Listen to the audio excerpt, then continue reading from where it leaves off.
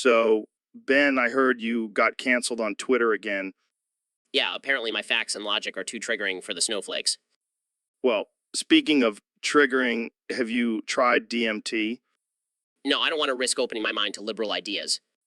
Come on, man. It'll expand your consciousness and make you see things in a whole new way. Fine, if I start spouting off about universal healthcare and gun control, I'm blaming you. Deal. So, have you heard about this new trend of people trying to have sex with ghosts? What? That's insane. I mean, I know the left is all about being woke, but this is taking it to a whole new level. Yeah, I guess if you can't get laid in the physical world, might as well try your luck with the supernatural. I can't even wrap my head around it. And what if the ghost is a dude? Hey, it's 2025, man.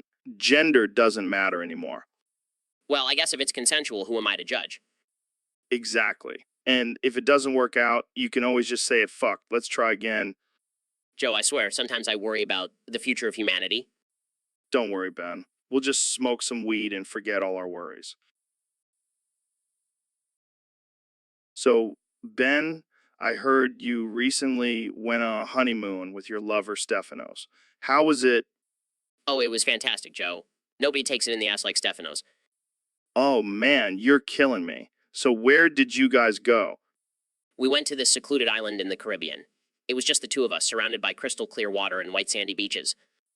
Sounds romantic. Did you guys do any fun activities? Oh yeah, we did everything. Snorkeling, jet skiing, and of course, lots of butt stuff. Of course. So, how did you guys keep things spicy? Well, let's just say we experimented with some interesting role-playing scenarios. I even dressed up as Alexandria Ocasio-Cortez one night. Oh, man. I wish I could have seen that. Did you guys have any wild nights? Oh yeah, one night we got a little too drunk and ended up having a threesome with a coconut. Okay, that's enough information for me. Let's move on to our next topic. Wait, I have one more thing to share. We also did some tantric yoga together. It really opened up our chakras. Wow, you guys really know how to have a good time. That's right, Joe. We're not afraid to explore our sexuality. Well, thanks for sharing, Ben. I think we all learned a little too much about your honeymoon with Stephanos. So, Dr. Phil, I heard you finally remembered the alphabet. That's right, Joe. After years of therapy and self-reflection, I can finally recite it flawlessly. Well, let's hear it then. Uh, B, C, Dick, A, fuck. Wait, what? You heard me, Joe. I added a few new letters to spice things up. I don't think that's how it works, Dr. Phil. Oh, I'm sorry. I didn't realize you were the expert on alphabets. Fair point. But seriously, what made you add those particular letters? Well, for asshole, B, for bitch, for cock, for douchebag, for erectile dysfunction, and for fuckboy. Oh man, you really went all out with this one. Hey, I'm just keeping it real, Joe. Plus, I've always had a way with words. Yeah, I can tell. So what's next, Dr. Phil? Are you gonna rewrite the whole English language? That's an idea. Maybe I'll add a few new curse words while I'm at it. I can't wait to see what you come up with, Dr. Phil. Keep pushing those boundaries. Always, Joe. Always. So, Mr. President, I heard you recently timed out one of your followers on Twitter. That's right, Joe. I had to put a stop to that Gerbengoy is my father guy. He was spamming emojis like it was his job. I mean, I've seen some crazy emoji usage, but that's next level. Believe me, Joe, nobody uses emojis better than me. But this guy, he was out of control. I had to take matters into my own tiny hands. So, you put him in a timeout like a naughty child? Exactly. I gave him a little time to think about his actions. 2 minutes to be exact. That's like an eternity in Twitter time. I can only imagine what he was thinking during those 2 long minutes. Probably regretting ever messing with the President of the United States. I'm not just a Twitter warrior, Joe. I'm a real life warrior. And How did the rest of your followers react to this timeout? They loved it, Joe. They were cheering me on, calling me the king of timeouts. It was beautiful. Well, I guess that's one way to handle online trolls. You know what they say, Joe? If you can't handle the emojis, get off Twitter. And that's exactly what Gerben Glei's my father did. He's gone, Joe, gone forever. Wow, that's a powerful message. I think I might start using timeouts on my podcast. You should, Joe. It's a great way to silence the haters. And let's be honest, I know a thing or two about silencing people. What the hell kind of topic is this, Mr. Beast? I have no idea, Joe, but let's dive in and see where it takes us. Honestly, I have no idea what that even means. Is it a new language or something? Maybe it's a secret code, like the Da Vinci Code, but more nonsensical. Or maybe it's a recipe for some crazy drug. We could make millions, Joe. Oh man, I can already feel the FBI knocking on our doors.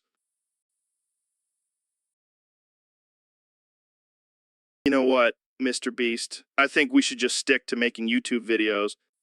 Yeah, probably a safer bet. But seriously, who comes up with these topics? Probably some bored teenager with too much time on their hands. Well, whoever it is, I hope they're enjoying this conversation. That's the spirit, Joe. Always keep it classy.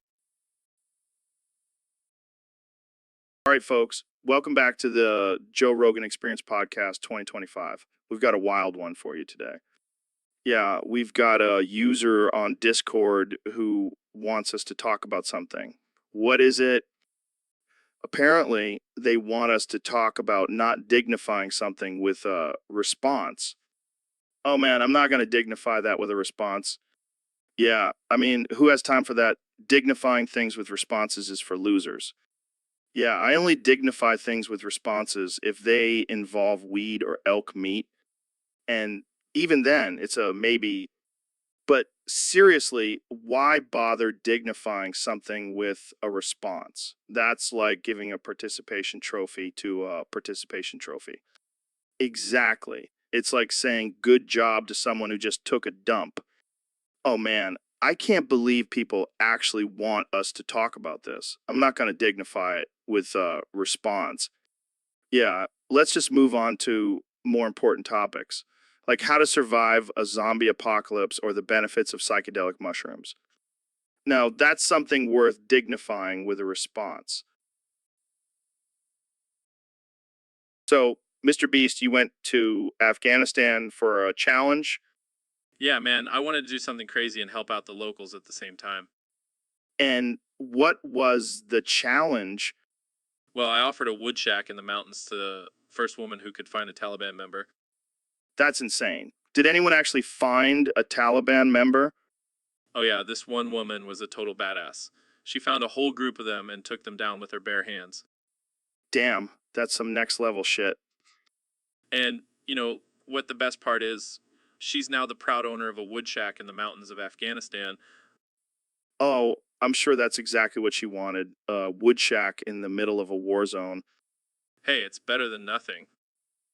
Guys, I hate to break it to you, but this is the wood shack. Oh my god, that's not even a shack, it's a pile of sticks.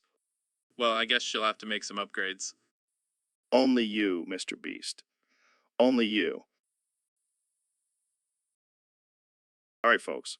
Welcome back to the Joe Rogan Experience. I have a very special guest today, the one and only Elon Musk. Hey, Joe. Thanks for having me. I'm excited to be here. So, Elon, I heard you recently went back in time to stop something from getting fucked up. Can you tell us more about that? Yeah, I went back to the 2020. It was a shit show. I mean, have you seen the memes?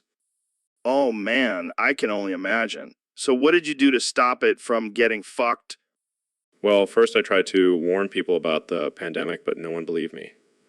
So I decided to take matters into my own hands. What did you do? Did you create a cure or something? No, I went straight to the source. Went to China and took out the bat that started it all. Holy shit. You killed the bat? Yeah, it was either that or let the world go to shit. Think I made the right call. Damn. That's some superhero shit right there. Yeah, but then I realized that if I stopped the pandemic, it would mess up the timeline and I wouldn't be here right now. Oh shit. So you had to let it happen? Yeah, but I made sure to stock up on toilet paper before I came back. Smart move. So what's next for you, Elon? Well, I'm thinking of going back in time again to stop the whole fucking up the planet thing. But this time, I'll bring some flamethrowers with me. I like your style. Well, that's all the time we have for today, folks. Thanks for tuning in to the Joe Rogan Experience. Thanks for having me, Joe. And remember, always bring a flamethrower when time traveling. So, Ben, I heard you took a trip to North Korea recently. Yeah, I wanted to see what all the fuss was about, and maybe try to seduce Kim Jong-un. What? Why would you want to do that? I figured my conservative values would be a turn-on for him, but things didn't go as planned. What happened? Well, I ended up in a labor camp instead, but I didn't let that stop me from spreading my conservative ideals. Oh no, did you try to seduce the other prisoners? Of course I did, but they weren't interested in my political views, so I came back dickless and now identify as Benepoli Shapiro. Wow, that's quite a change. How do you feel about it? Well, I may have lost my manhood, but at least I still have my conservative principles. That's one way to look at it, I guess. Plus, it's a great conversation starter. Hi, I'm Benepoli Shapiro. I used to have a penis, but now I'm just a walking conservative manifesto. I can't even imagine what that would be like. It's a tough life, Joe. But someone's got to spread the good word of conservatism, even if it means sacrificing a few body parts. Well, I think that's enough for today. Thanks for joining us, Benepoli. Always a pleasure, Joe. Keep fighting the good fight. All right, folks. Welcome back to the Joe Rogan Experience Podcast 2025. Today, we have a very special guest, the one and only, the 45th and 47th President of the United States, Donald Trump. Thank you, Joe. It's great to be here. I got to say, I suggested this topic on the Discord server and it got the most upvotes. I mean, I'm just a natural at this social media thing. Oh man, you never cease to amaze me, Donald. But speaking of Discord, we have another special guest joining us today, the one and only, Dr. Phil. Hold up. Hold up. What the hell, Trump? You got more recognition for your topic suggestion than me. I am the king of Discord. Sorry, Phil, but you know what they say, the best ideas come from the best minds. Oh, I'll show you who has the best mind. I'll take you down in a Discord debate any day. Bring it on, Phil. But let's not forget who's the president here. Oh man, this is getting heated. But let's move on to our next topic, shall we? Oh, I got plenty of topics, Joe. I'm like a walking encyclopedia of ideas. Yeah, because we all know how well that wall idea turned out. Hey, it's still in the works, and it's going to be the best wall you've ever seen. Believe me. All right, let's not get into politics. We're here to have a good time, right? Fine, but just remember, Trump, I'm still the king of Discord. We'll see about that, Phil. We'll see. We'll see. So, Neil, have you been trolling the libs lately? Alexa, intruder alert. Call 911. Is that all you can say now? Alexa, intruder alert. Call 911. Come on, man. You got to switch it up. How about triggered snowflakes or lib tears taste delicious? Alexa, intruder alert. Call 911. You're hopeless. But seriously, why do you keep saying that? Alexa, intruder alert. Call 911. Oh, I get it. It's your secret code for when you're in trouble. Alexa, intruder alert. Call 911. I can just imagine you walking down the street randomly shouting that out.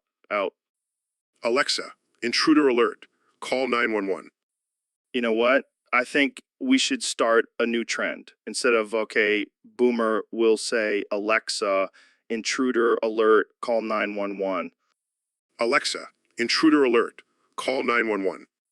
It's perfect. It's like the ultimate troll phrase.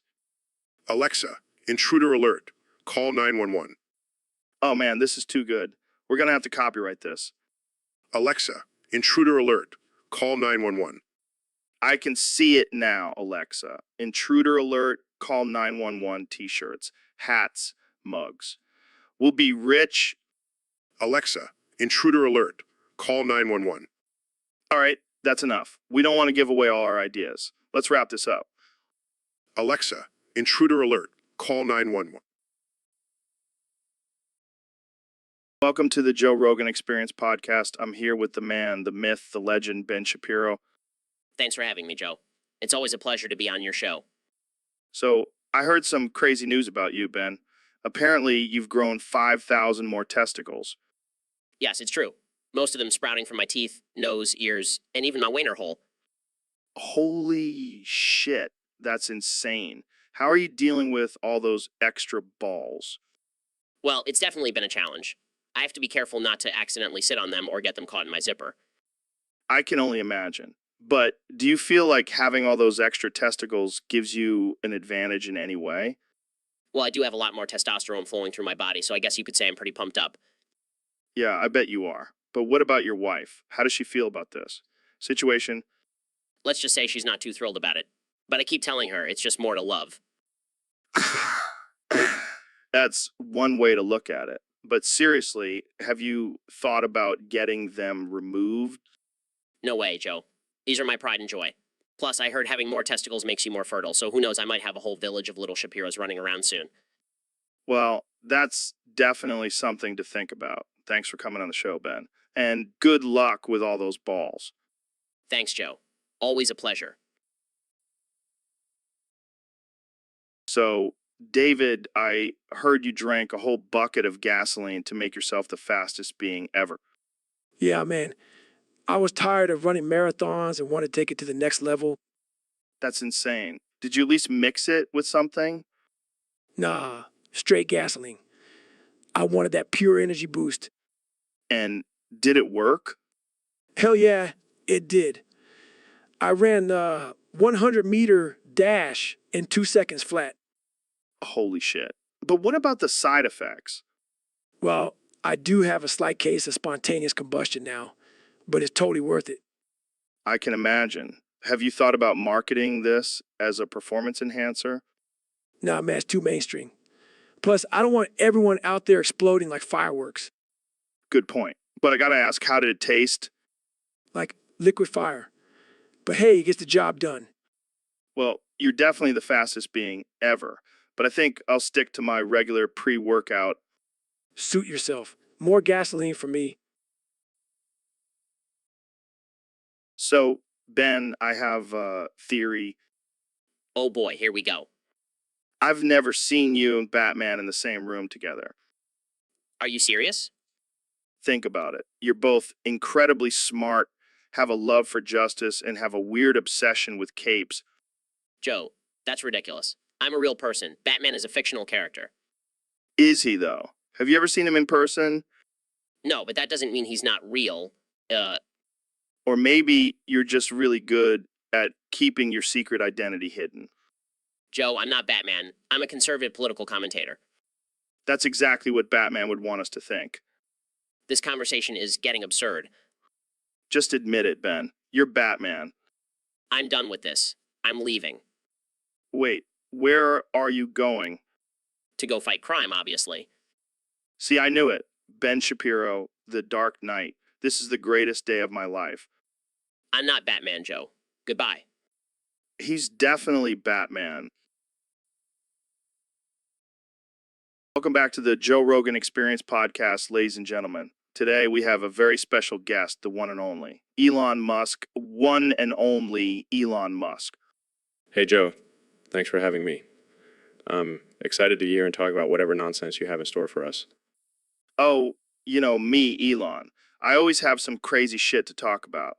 So let's get right into it. Our topic today comes from a user on Discord, and they want us to discuss the ethics of genetically modding animals for human consumption. Oh, boy, here we go. Well, I don't see anything wrong with it. And we've been genetically modifying plants for centuries. Why not animals? Yeah, but what about the whole playing God thing? Aren't you worried about the consequences? Joe, I'm trying to create a fucking colony on Mars. I don't have time to worry about some chickens with 6 legs. Fair point. But what about the vegans? They're gonna lose their shit. Fuck the vegans. They're just jealous that we can genetically modify our food to taste like bacon without actually killing any pigs. You're a madman, Elon. I love it. But seriously, what kind of animal would you want to genetically modify for consumption? How about a cow with wings? That way we can have flame burgers. It'll be like a delicious Pegasus. Oh man, I can already see the headlines now. Elon Musk creates flying cow burgers. PETA loses their minds. Hey, at least it'll be sustainable. No more methane emissions from cows farting all the time. You're a genius, Elon. A crazy, twisted genius. Thank you, Joe. And hey, if anyone wants to try one of my flying cow burgers, just hop on my SpaceX rocket to Mars. We'll have a BBQ up there. So, Ben, I heard you're a big fan of Chris Chan. Oh yeah, he's my hero. The way he handles trolls and haters is just inspiring. And you're preparing to mass debate in his style. Absolutely. I've been studying his techniques and I'm ready to take on anyone who dares to challenge me. That's interesting. But let's talk about some of the more controversial aspects of CWC lore. Bring it on. I'm not afraid to tackle any topic. Okay, how about the infamous Sonichu character? Yes, Sonichu. A brilliant fusion of Sonic the Hedgehog and Pikachu, created by Chris himself. And what about the love quest for his sweetheart? Hey, everyone deserves love. And Chris is determined to find his true love, even if it means creating a dimensional merge. And the body pillows? Look, everyone has their own way of coping with loneliness. Chris just happens to have a very unique way. Fair enough. Jamie, pull up an image of Chris Chan's love quest poster. Pulls up images. Here it is. A true masterpiece. I have it hanging in my bedroom for inspiration. Well, I think we've covered enough CWC lore for one day. Thanks for joining us, Ben. Anytime, Joe. And remember, don't be a troll or you'll have to face the wrath of Sonichu. What the hell, man? Did you just shit in my mouth? Oh my God, Joe. You finally got a taste of your own medicine. That's not funny, Neil. I can taste the acid. Well, maybe you should have thought twice before inviting me on your podcast. All right. Let's change the subject. What do you think about the flat earth theory? Oh, don't even get me started on that nonsense. It's like trying to argue with a toddler who thinks the moon is made of cheese. But what if it's true? What if we're all just living on a giant pancake? Oh yeah, because that makes perfect sense. And I suppose the sun is just a giant pat of butter? Okay. I see your point. But what about aliens? Do you think they exist? Well, statistically speaking, it's highly likely that there is intelligent life out there somewhere in the universe. But whether or not they have visited us is a different story. But what if they're among us right now? Oh, please, Joe. If aliens were here, they would have definitely taken one look at our current state of affairs and noped the hell out of here. Fair enough. But seriously, what do you think about the future of humanity? Well, if we keep shitting in each other's mouths, it's not looking too bright. All right. I'll try to keep my bodily functions to myself from now on. Good to know. Now, can we please get back to talking about actual science? Of course. Jamie, pull up an image of the Milky Way galaxy. So, Dr. Phil, I heard you had a crazy guest on your show recently. Oh, yeah. This guy was a real piece of work. He called himself the scary, evil, freaky, stupid dumbass. What kind of name is that? I have no idea, but he came on my show and started talking about Obama scare. What the hell is that? I have no clue, but then he started levitating and screaming, "Holy God, I love soup." What the actual fuck? And that's not even the craziest part. The entire audience started dancing and saying, "We love young Sheldon." What the hell is wrong with these people? I have no idea, but then they all dropped dead from a heart attack. Jesus. What was the cause of death? Unknown. But I'm pretty sure it was from the sheer stupidity of that whole situation. Well,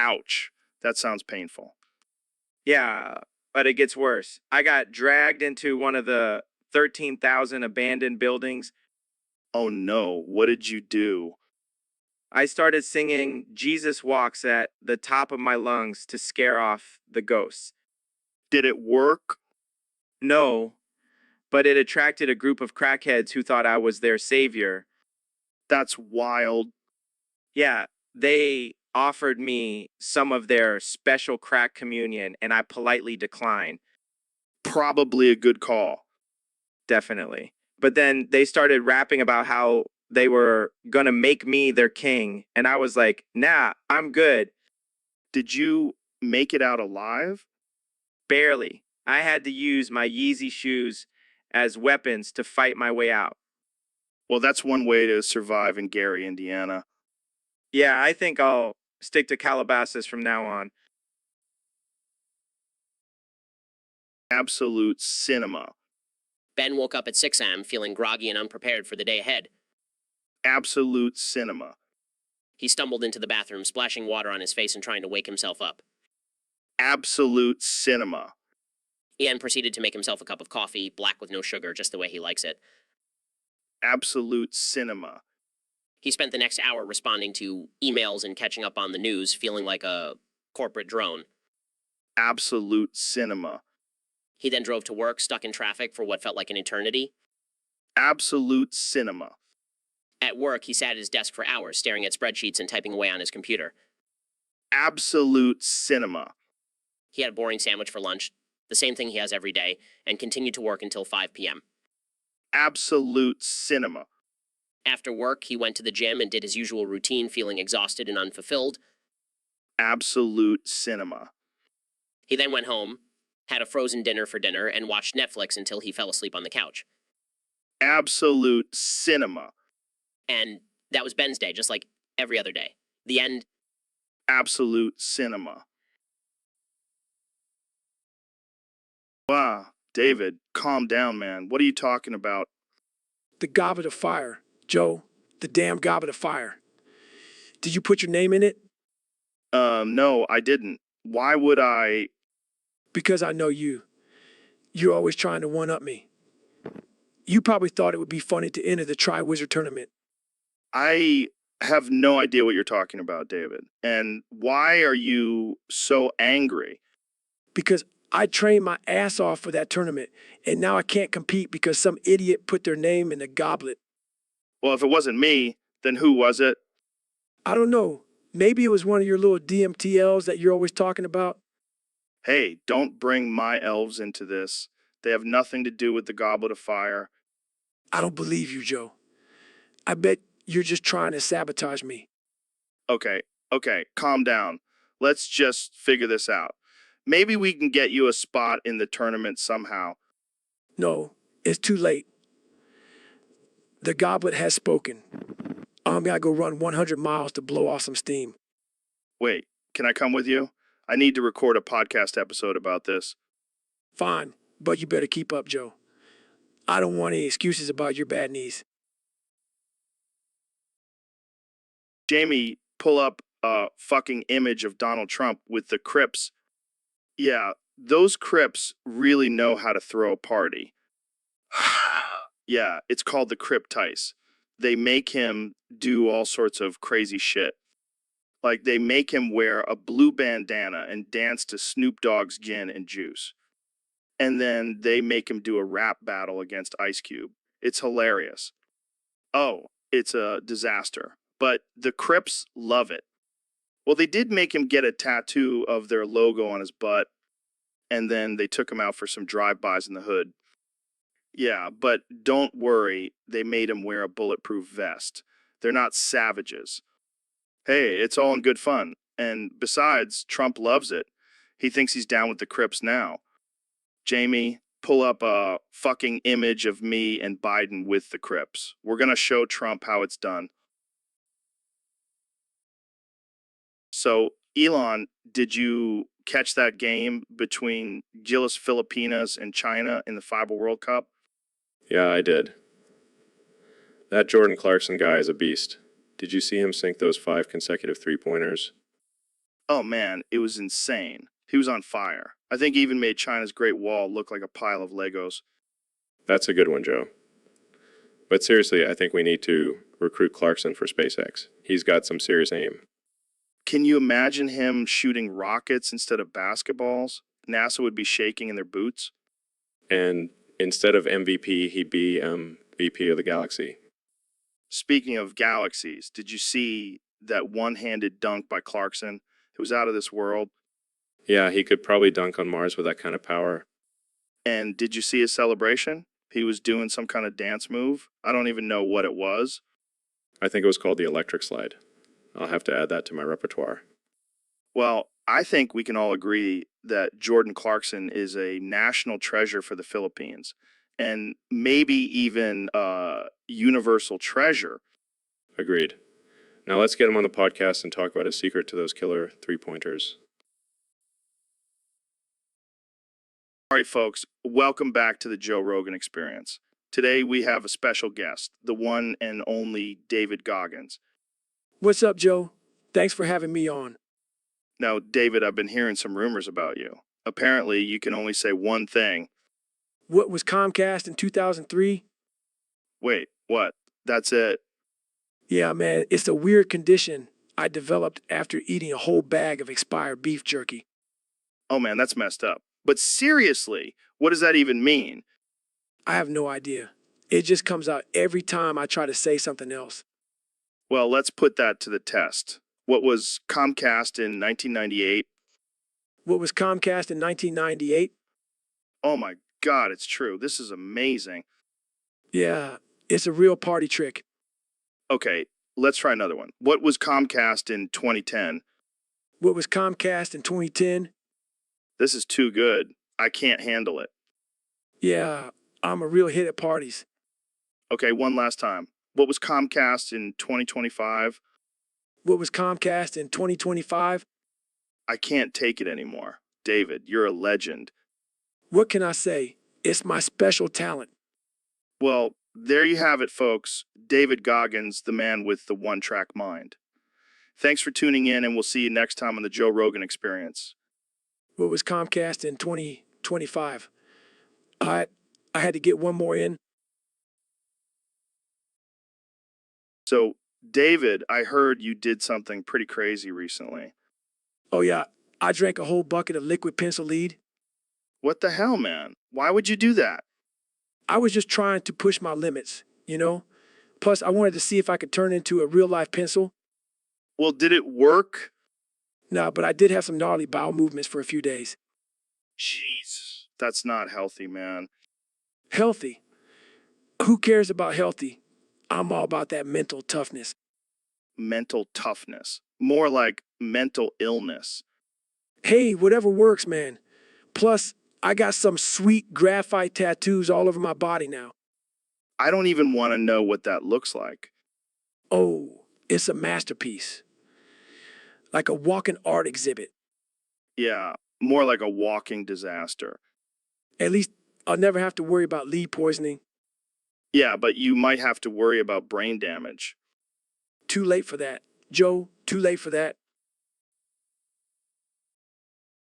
So, Ben, are you going to trick or treating this year?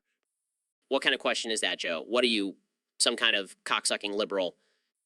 Wow, calm down, Ben. It's just a harmless question. Harmless? Harmless? Do you even know what Halloween is about, Joe? It's about celebrating Satan and all his demonic minions. And you want me to go out and participate in that? No way. No way. But, Ben, it's just a fun tradition for kids to dress up and get candy. Fun? Fun? Are you going cocksucking, Joe? Are you going to sell your soul to the devil for some candy? Okay, calm down. I won't ask again. Good. Because if you do, I'll have to unleash my army of conservative snowflakes on you. Oh no, not the snowflakes. Don't mock us, Joe. We may be triggered easily, but we have the power of Fox News on our side. All right. No more Halloween talk. Let's move on to something less triggering. Thank you. Now, let's talk about how the liberal media is brainwashing our youth. Oh, wait. I just remembered. I saw a group of kids dressed up as Alexandria Ocasio-Cortez and Bernie Sanders for Halloween. It was hilarious. That's not funny, Joe. That's a disgrace. Those kids should be dressed as American heroes like Ronald Reagan and Ted Cruz. Oh man, I think I just peed a little, I give up. You're hopeless. Joe, hopeless. and yet you keep coming back on my show. Damn it. Welcome back to the Joe Rogan Experience podcast. I'm here with my guest, the 45th and 47th President of the United States, Donald Trump. It's great to be back, Joe. I'm only here because I heard you have the best weed in the country. Well, I don't know about that, but let's get into our topic for today, turning the stank to 11. Oh boy, I love cranking things up to 11. It's like when I turned the presidency up to 11 and made America great again. Yeah, because nothing says greatness like building a wall and separating families. Hey, it's not my fault they can't follow the law. But back to the stank, I think we need to turn it up even more. Let's make America smell like a rotting corpse. What? Why would we want that? Because it'll keep the immigrants away. They won't want to come to a country that smells like death. That's not how it works, man. Plus, we don't want to turn off our own citizens with that stench. Fine, we'll compromise. We'll just make certain areas smell like death, like California. Okay. Let's move on to our next topic before we get too dark. Oh, can we talk about nuking hurricanes next?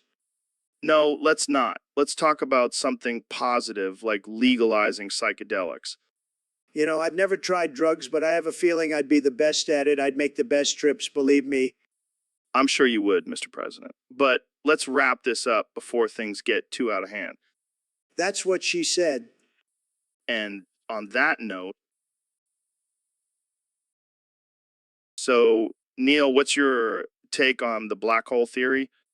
Well, Joe, I have a bag of chips.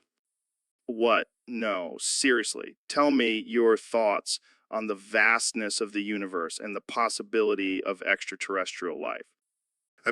I have a bag of chips. Are you okay, man? Did you hit the bong before coming on the show?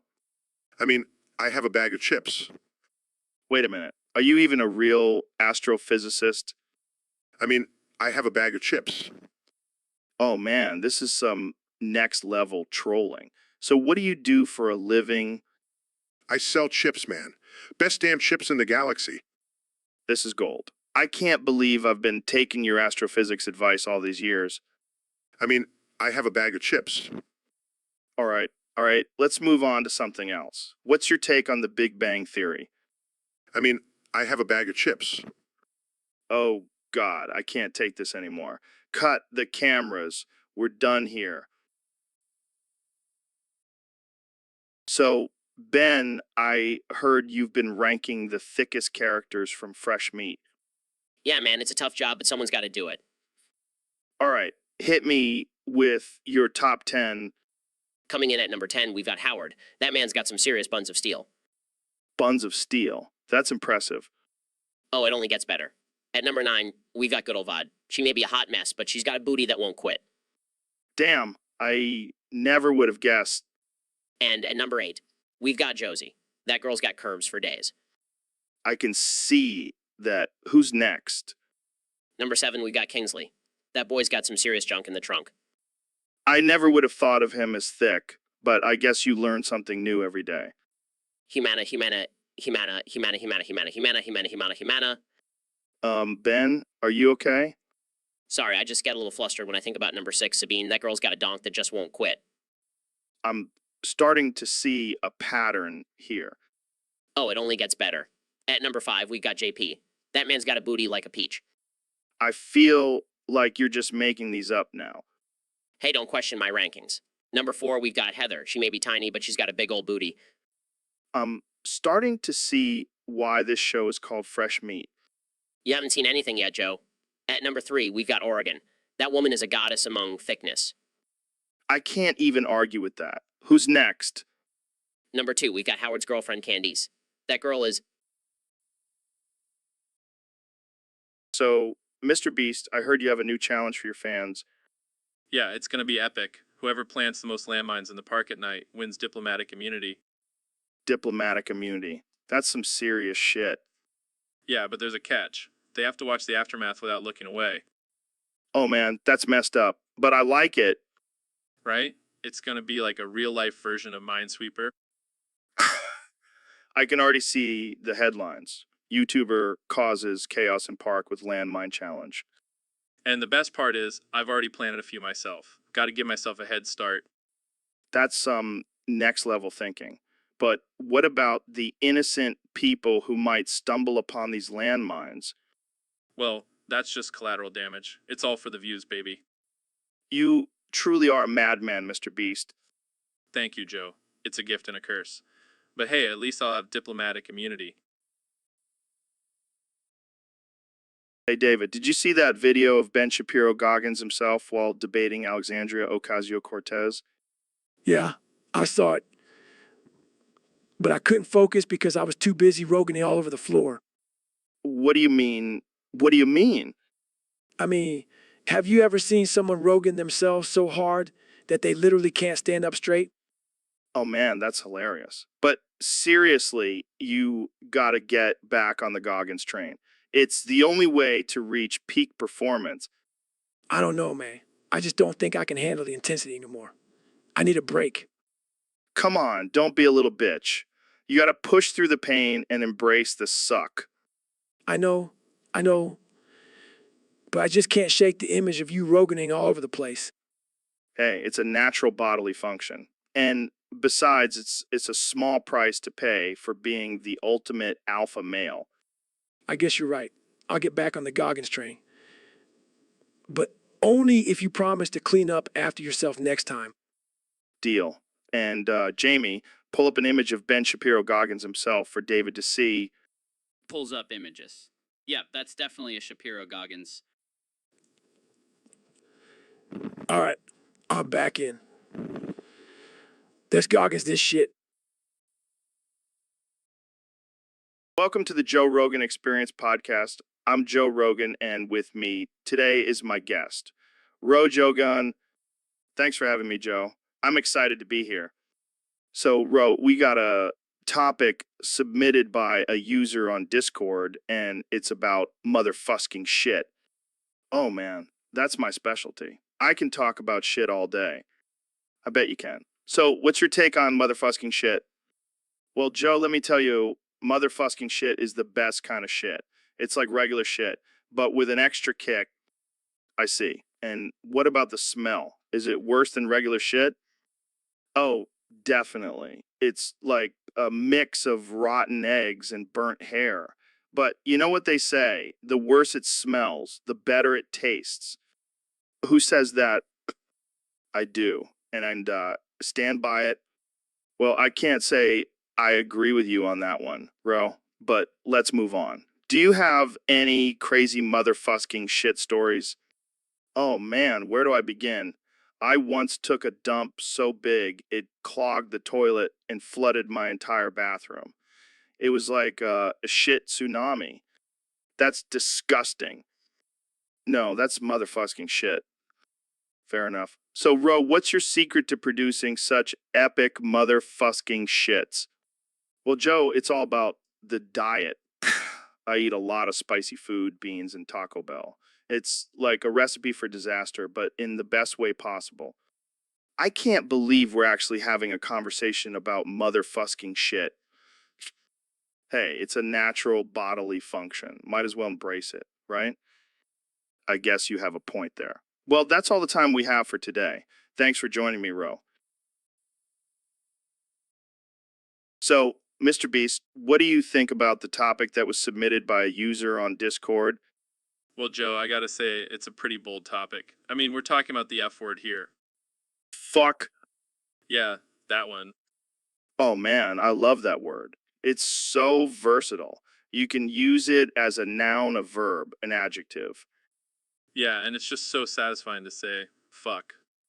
Fuck, yeah. See, it just rolls off the tongue. It's like a verbal orgasm. Easy there, Joe. Let's not get too excited. Sorry, I just get really passionate about the F word. I can tell. But, some people might not appreciate our love for this word. Fuck those people. Yeah, fuck them. We'll just keep on saying fuck until they get used to it. And if they don't like it, well, fuck them again. That's the spirit, Joe. Fuck the haters. Fuck society's expectations. Fuck censorship. Fuck. Yeah. This is why we're friends, Mr. Beast. We both love to say fuck. Fuck yeah, Joe. Fuck yeah. What? That's insane. How do they even have that many legs? Maybe they're secretly alien spiders with extra arms. You never know. Dude, imagine if we could genetically engineer spiders to be our own personal army. That's some next level shit, man. But imagine the chaos if they turned on us.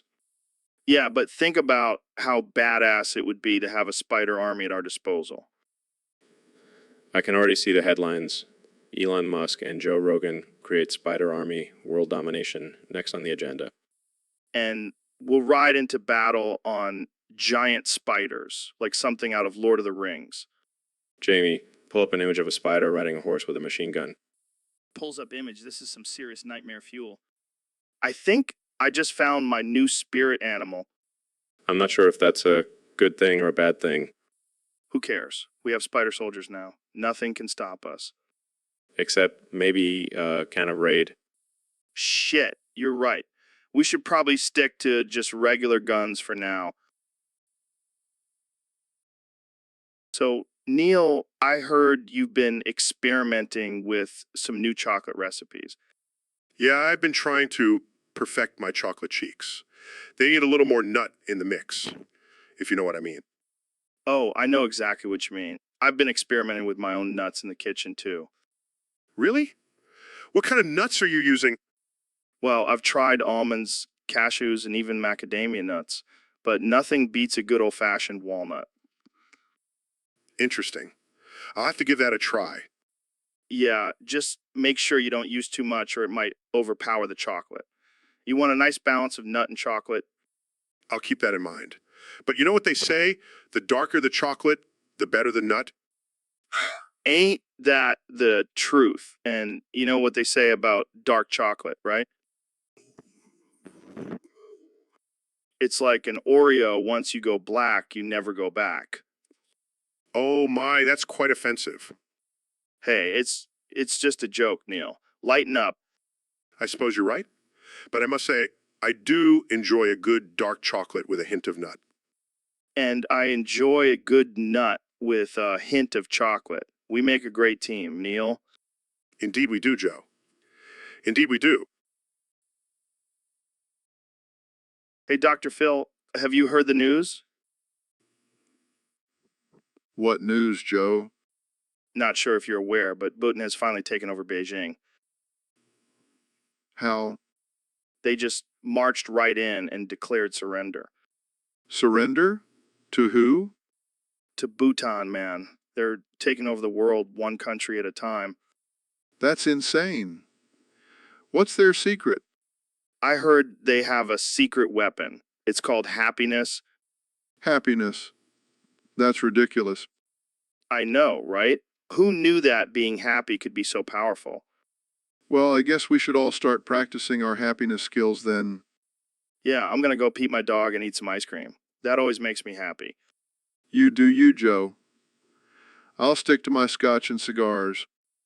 Whatever floats your boat, Dr. Phil. But watch out, Boot might come for you next. Bring it on. I'm ready for some happiness domination. So, Elon, I heard you've been working on a new invention. Yeah, it's my latest creation, the bouquet for femboys. What the hell is that? It's a bouquet, but with pictures of Lala Salma all over it. Oh my god, that's ridiculous. Hey, it's a niche market, and it's perfect for those femboys who want to show off their love for Moroccan royalty. I can't even imagine the reactions they'll get wearing that. Exactly. It's all about making a statement. But why Lala Salma? Well, she's a powerful and beautiful woman. Plus, I couldn't find any pictures of femboys to put on it. Fair enough. But don't you think some people might find it offensive? I'm sure they will. But that's the beauty of it. It's offensive and absurd, just like this podcast. True. But I have to ask, what inspired you to create this? Well, I was scrolling through Twitter and saw a tweet about femboys and Lala Salma, and it just clicked. Only you, Elon. Only you. See, it's already causing a stir. I can't wait to see the reactions to this. You're a mad genius, Elon. Thank you, Joe. I'll take that as a compliment. Welcome back to the Joe Rogan Experience podcast, the most uncensored and unhinged show on the internet. Today, we have a very special guest, the one and only Elon Musk. Thanks for having me, Joe. Excited to be here and talk about some crazy shit. Speaking of crazy shit, have you ever been to the Las Vegas sewers? No, can't say I have. Well, let me tell you, it's a whole different world down there. I heard there's a whole community of mutant alligators living down there. That's insane. Yeah, and they're all jacked because they've been eating all the steroids and supplements that get flushed down the toilets. That's some next level shit. Literally. And I heard they have their own underground fight club down there. No way. Oh, yeah, and they're all betting with their own currency, which is just pieces of shit. This is blowing my mind. And get this, they have their own leader, a giant mutated rat named Ratatouille. This is some real life Teenage Mutant Ninja Turtle shit. Exactly. And I heard they're working on building their own sewer rocket to escape to Mars. Well, I guess they'll fit right in with the Martians.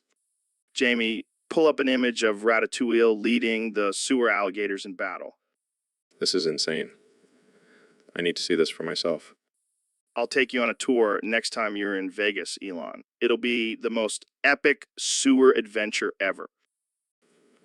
I can't wait. Thanks for having me on the show, Joe. Anytime, Elon. And remember, folks, always flush responsibly. You never know who or what you might be feeding down there. So, Neil, what's new in your world? Well, Joe, I've been thinking about my legacy and I've come up with a new goal. Oh, yeah. What's that? What's that?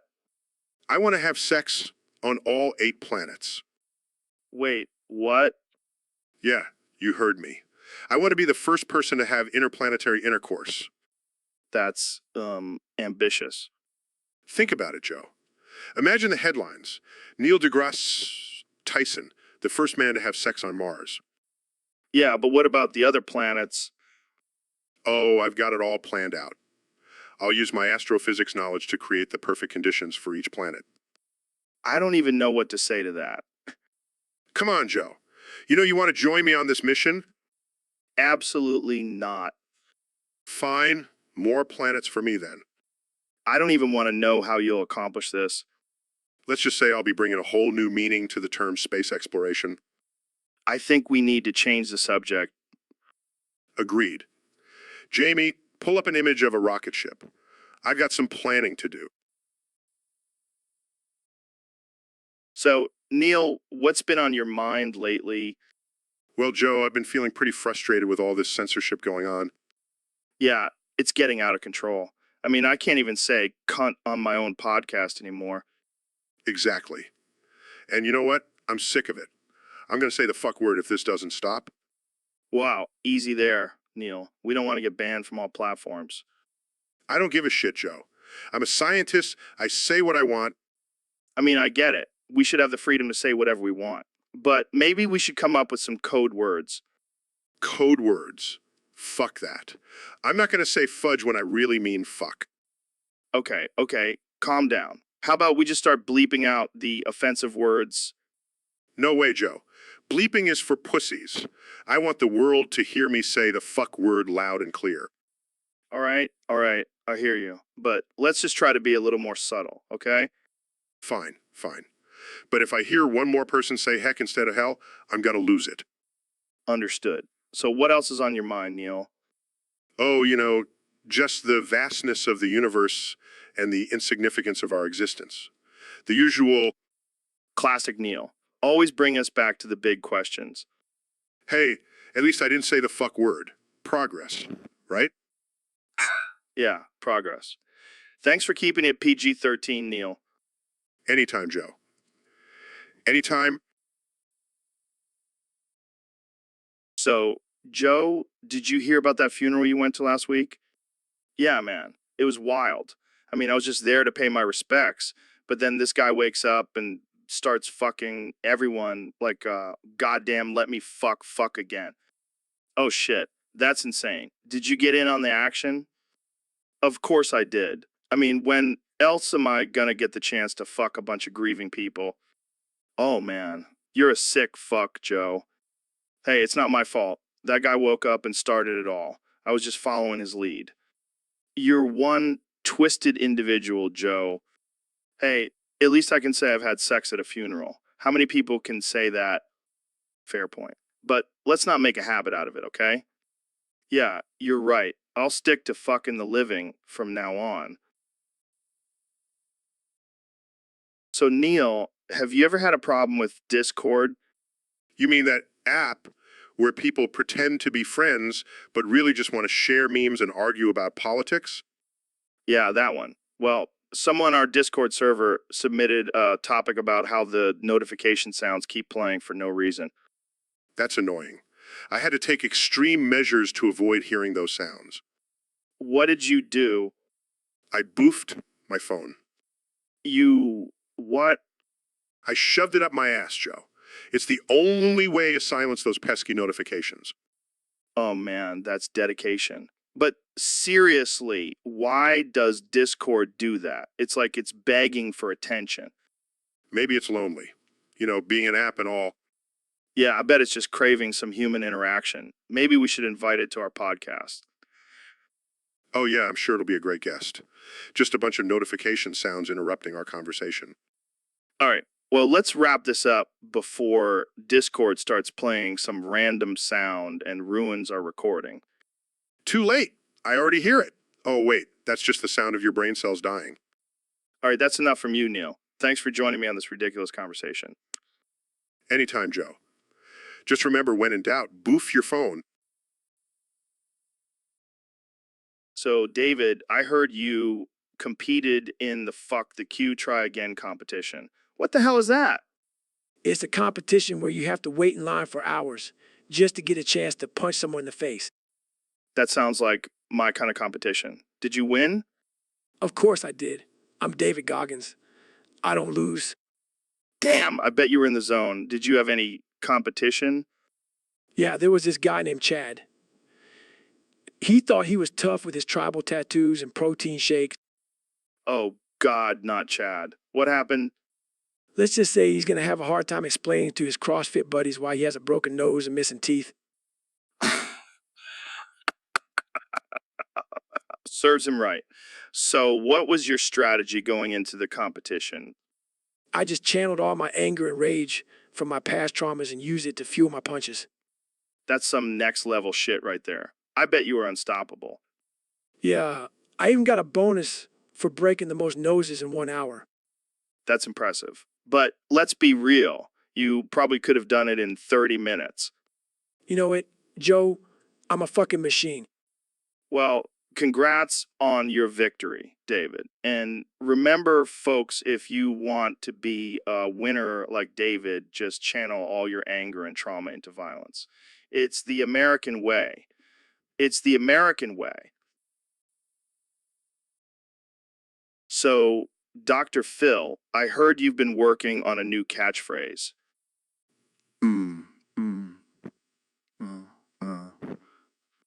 Wow, that's deep. What does it mean?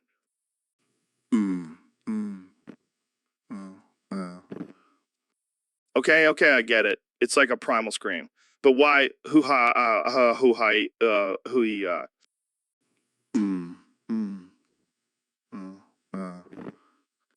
Is that your safe word?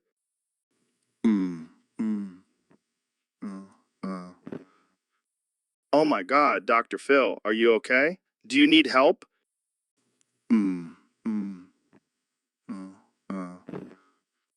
I think we broke him, folks. This is what happens when you spend too much time with Oprah.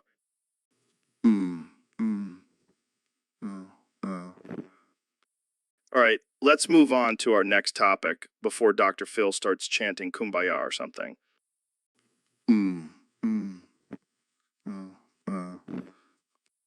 Oh no, he's gone full hippie. Quick, someone get him some essential oils and a dream catcher. Hmm. Hmm. This is the most entertaining episode we've ever done. And we haven't even touched on your new book, How to Solve All Your Problems with One Simple Sound. Hmm. Hmm.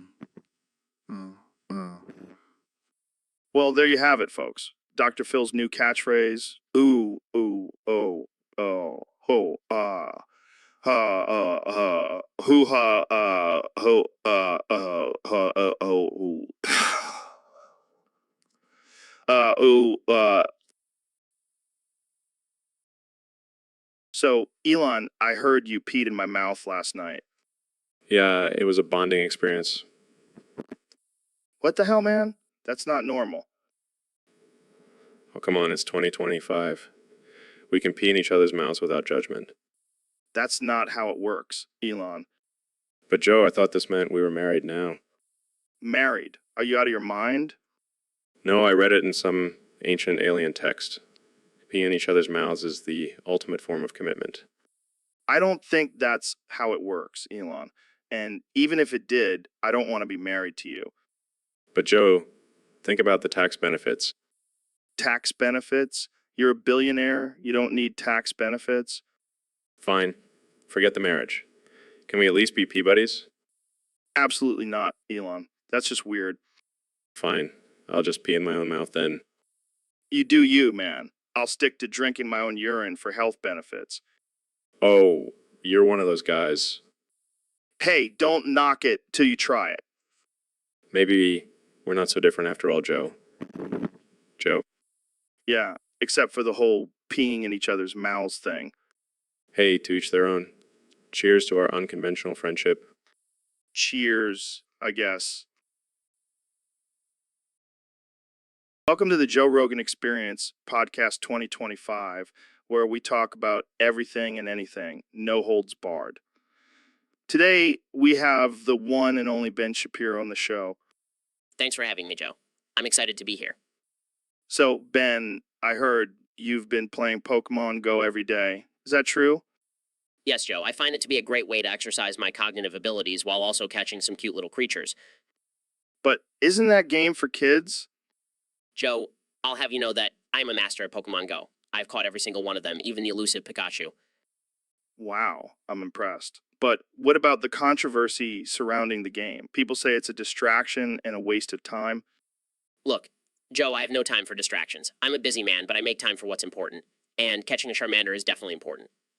Fair enough. But have you ever encountered any dangerous situations while playing? Of course not, Joe. I'm always aware of my surroundings and I carry a concealed weapon just in case a wild Snorlax appears. You're a wild man, Ben. So what's your favorite Pokemon? Well, Joe, I have to say, it's a tie between Squirtle and Jigglypuff. They both have strong values and a good work ethic. I never thought I'd hear you talk about Pokemon like this, Ben. This is great. Hey, Joe, we all have our guilty pleasures. And mine just happens to be catching virtual monsters. Well, there you have it, folks. Ben Shapiro, the Pokemon master. Thanks for coming on the show, Ben. Anytime, Joe. Now, if you'll excuse me, I have to go catch a Zapdos. Gotta catch 'em all. Welcome back to the Joe Rogan Experience, folks. Today we have a very special guest, the one and only Elon Musk. Thanks for having me, Joe. Excited to be here. So, Elon, I heard you have a new product in the works, something called Tesla beer. Yes, that's correct. It's a revolutionary new beer made from my own urine. Wait, what? Your urine? Yes, Joe. It's the future. And I have to say, it's quite delicious. I don't know if I want to drink your pee, Elon. Oh, come on, Joe. It's not just my pee. It's been filtered and purified. It's basically just like drinking water, but with added nutrients and a unique flavor. I don't know, man. That's pretty gross. Hey, don't knock it till you try it. Here, let me pour you a glass. No. I'm not drinking your pee, Elon. Come on, Joe. Don't be such a prude. Just think of it as a new kind of Tesla beer. Fine. I'll try it. But if I die, I'm blaming you. Deal. Bottoms up, Joe. Oh, God. That's actually not bad. See? I told you. It's got a bit of a tangy aftertaste, though. That's just the electrolytes. It's good for you. Well, I have to say, Elon, you've really outdone yourself this time. Thank you, Joe. I always strive to push the boundaries of innovation. Well, I think I'll stick to regular beer for now. But hey, to each their own. Exactly. And who knows, maybe one day everyone will be drinking my pee. Laughs. So, Elon, I heard you invested in some new technology recently. Yeah, I decided to put my money where my mouth is. Literally, What do you mean? What do you mean? I invested in some high-tech dildo dentures. Dildo dentures? What the hell are those? They're basically dentures with built-in dildos. Perfect for those who want to pleasure themselves while still being able to eat. That's interesting. But why did you invest in them? Well, I heard Grimes has a thing for dildos. So I figured if I have them in my mouth, she'll come running back to me. That's some next level strategy, man. Hey, I'll do whatever it takes to get my girl back. But what if she doesn't like them? Then I'll just have to find someone who does. I mean, who wouldn't want a blowjob from a guy with dildo dentures? I can't even imagine the look on her face when she sees them. Yeah, she'll be speechless. And then I'll make my move. Well, I hope it works out for you, man. Thanks, Joe. And Jamie, pull up an image of me wearing my new dildo dentures. I want to see what I'll look like. Sure thing, Elon. Here it is. Wow, I look like a futuristic sex god. Grimes won't be able to resist me now. So, Ben, I heard you have a confession to make. Yes, Joe, I have something to tell you and your listeners. I'm actually a parasite. What the hell are you talking about? You know, that Rick and Morty episode, Total Recall. Well, I'm one of those parasites. Are you serious? How does that even work? Well, you see, parasites are these creatures that implant false memories into their host's brains in order to survive. That's insane. So you're telling me you've been implanting false memories into my brain this whole time? Yes, Joe. And not just yours, but everyone's who has ever listened to me or read my articles. That explains a lot. But why are you telling us this now? Because I've grown tired of pretending to be a human. I want to embrace my true identity as a parasite. Well, at least you're being honest about it. And I have some good news. You see, parasites are actually quite beneficial. We bring joy and happiness to our hosts' lives. Joy and happiness, more like chaos and destruction. Tomato, tomato. But don't worry, Joe. I won't harm you. After all, you are my favorite host. Thanks, I guess. But what about all those false memories you implanted? Oh, those will just fade away. And who knows, maybe some of them were actually true. This is some crazy shit, Ben. Welcome to the world of parasites, Joe. It's a wild ride.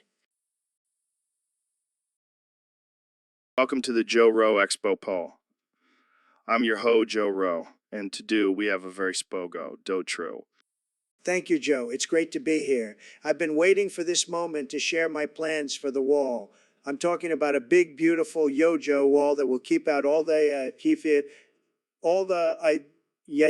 area.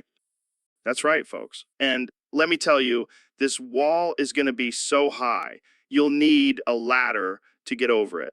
We're talking about the best wall ever. And it's going to be made of the finest materials. We're talking about the best concrete, the best steel, and maybe even some gold, because you know I love gold. But what about the cost, Dutro? Some people are saying it's going to be too expensive. Listen, Joe, I know how to make deals. I'll get Mexico to pay for it. They'll be begging to pay for it once they see how amazing it is. And what about the people who are already here? What's your plan for them? We'll just put a big, beautiful door in the wall and let them come in legally, but only the good ones. The bad ones, we'll send them back to their own country. Believe me, it's going to be a great system. Well, there you have it, folks. Dutro's plan for the wall. Tune in next time for more absurd conversations on the Joe Rowe Expo Poll. Hey, Goggins, Have you ever heard of cotton candy insulation? Apparently, they make insulation out of cotton candy now. It's like a tasty treat for your walls. That sounds amazing. I could use a snack right now. Well, I hate to break it to you, but I think you might have already snacked on some, What do you mean? that weird pink stuff you found in your walls. It's not cotton candy, it's fiberglass insulation. Oh God, I think I'm gonna be sick. You just ate a bunch of insulation, Goggins. How's that for mental toughness? Shut up. I thought it was a new type of protein powder. You're a real savage, Goggins. Eating insulation like it's nothing. Yeah, because that's totally normal. Hey man, at least now you'll have some extra insulation in your body for those cold winter runs. I can't believe I fell for that. Never again, Joe. Never again. Don't worry, Goggins. I'll make it up to you with some elk meat after the show. Now that's something I can get behind. Let's do it. So, Ben, I heard you recently released a rap song. How did that go? Oh, it was a disaster. I mean, have you heard me rap? I sound like a dying squirrel. Yeah, I can imagine. But why did you even attempt to rap in the first place? Well, I was trying to appeal to the younger audience, stay relevant and all that. And how did that work out for you? Let's just say the response was less than favorable. I got roasted so hard I could have been a Thanksgiving turkey. Oh man, I wish I could have seen that. What were some of the best insults you received? Oh, someone said I sounded like a mix between a fax machine and a dial-up internet connection. That's brutal. Did anyone defend you? Yeah, my mom said she liked it. But then again, she also thinks I'm a heartthrob, so I don't know how much her opinion counts. Well, at least you have a sense of humor about it. Any plans for a rap comeback? Absolutely not. I'll stick to my day job of destroying liberal arguments with facts and logic. Fair enough. Thanks for sharing, Ben. That was hilarious. All right, folks, we've got a special episode today. We're joined by the one and only Elon Musk. How's it going, Elon? It's going great, Joe. Thanks for having me on the show. So, Elon, I hear you've been working on something pretty wild. Tell us about this artificial intelligence parody you want to invent. Well, Joe, I think it's time we take podcast experience to the next level. With this artificial intelligence parody, viewers can request topics and we can have artificial intelligence guests like Donald Trump, Neil deGrasse Tyson, and even Ben Shapiro. Wow, hold on there, Elon. Are you saying we can have an artificial intelligence Ben Shapiro? That's a game changer? Absolutely, Joe. And not just Ben Shapiro, we can have anyone and everyone. It's like a virtual reality podcast experience. This is blowing my mind, Elon. But what about the topics? How will the artificial intelligence know what to talk about? We'll have a database of all the topics submitted by viewers, and the artificial intelligence will choose randomly. It'll be like roulette of absurdity. I love it. And, what would make it even better? If we add a feature where viewers can choose the level of offensiveness they want. Oh, Joe, I'm all about pushing boundaries. Let's make it rated, unhinged, and offensive. Now we're talking. And you know what? Let's add some dark humor in there too. We don't want any of that cringe or woke stuff. Agreed. This is going to be the most ridiculous and entertaining podcast experience ever. Well, folks, you heard it here first. The artificial intelligence parody is coming soon, and it's going to be wild. Thanks for joining us, Elon. Anytime, Joe. Keep on pushing the limits. So, Neil, I heard you have a plan to stop Trump's Make America Fuck Again campaign. That's right, Joe. I call it the splash and dash method. What the hell is that? Well, I'll be taking my cosmic load and splashing it on every American, male or female, thus rendering them unable to procreate. That's disturbingly brilliant. And it's not just about stopping Trump's plan. It's about saving the planet from overpopulation. But what about people who still want to have kids? They can adopt. There are plenty of children in need of homes. But what about the people who want to have their own biological children? Tough luck. My cosmic cum has spoken. This is some next level shit, Neil. Thank you, Joe. I'm just doing my part to save humanity. Well, I guess we'll have to start calling you the cosmic cock blocker. I'll take it as a compliment, Joe. And I'm sure Trump will be thrilled about this. Oh, I can't wait to see the look on his face when he realizes his Make America fuck again plan has been foiled by my cosmic cum. And the best part, we can sit back and watch the chaos unfold. Exactly. Let the sperm wars begin. Welcome to the Joe Rogan Expogan Podkozgan, folks. Todogan, our guest, is Holy Shogun. It's Rojogan. Hey there, Joe. Thanks for having me on the show. I've been dying to talk to you about some crazy shit. Oh, you know me, Ro. I'm always down for some crazy shit. What's on your mind? Well, have you ever thought about the possibility of a parallel universe where everyone is just a giant, walking, talking hot dog? What the Shogun are you talking about, Ro? That's some next level Stogan right there. I'm serious, man. Imagine it. Instead of humans, we have hot dogs with arms and legs going about their daily lives. Okay, I'll play along. So, do they still have jobs and stuff? Of course they do. They have to pay the bun mortgage and raise their little hot dog children. Oh man, I can't even imagine the hot dog schools and hot dog hospitals. And what about the hot dog government? Can you imagine the debates in Congress? We need to address the issue of ketchup inequality. Oh, God, I can't breathe. This is too much. I think I just peed a little. See, this is why I love coming on your show, Joe. We can talk about the most ridiculous shit and still have a good time. Absolutely, Ro. And hey, maybe in that parallel universe, we're the hot dogs and they're the humans. Mind blowing, man. Wow, dude, that's some deep Shogun right there.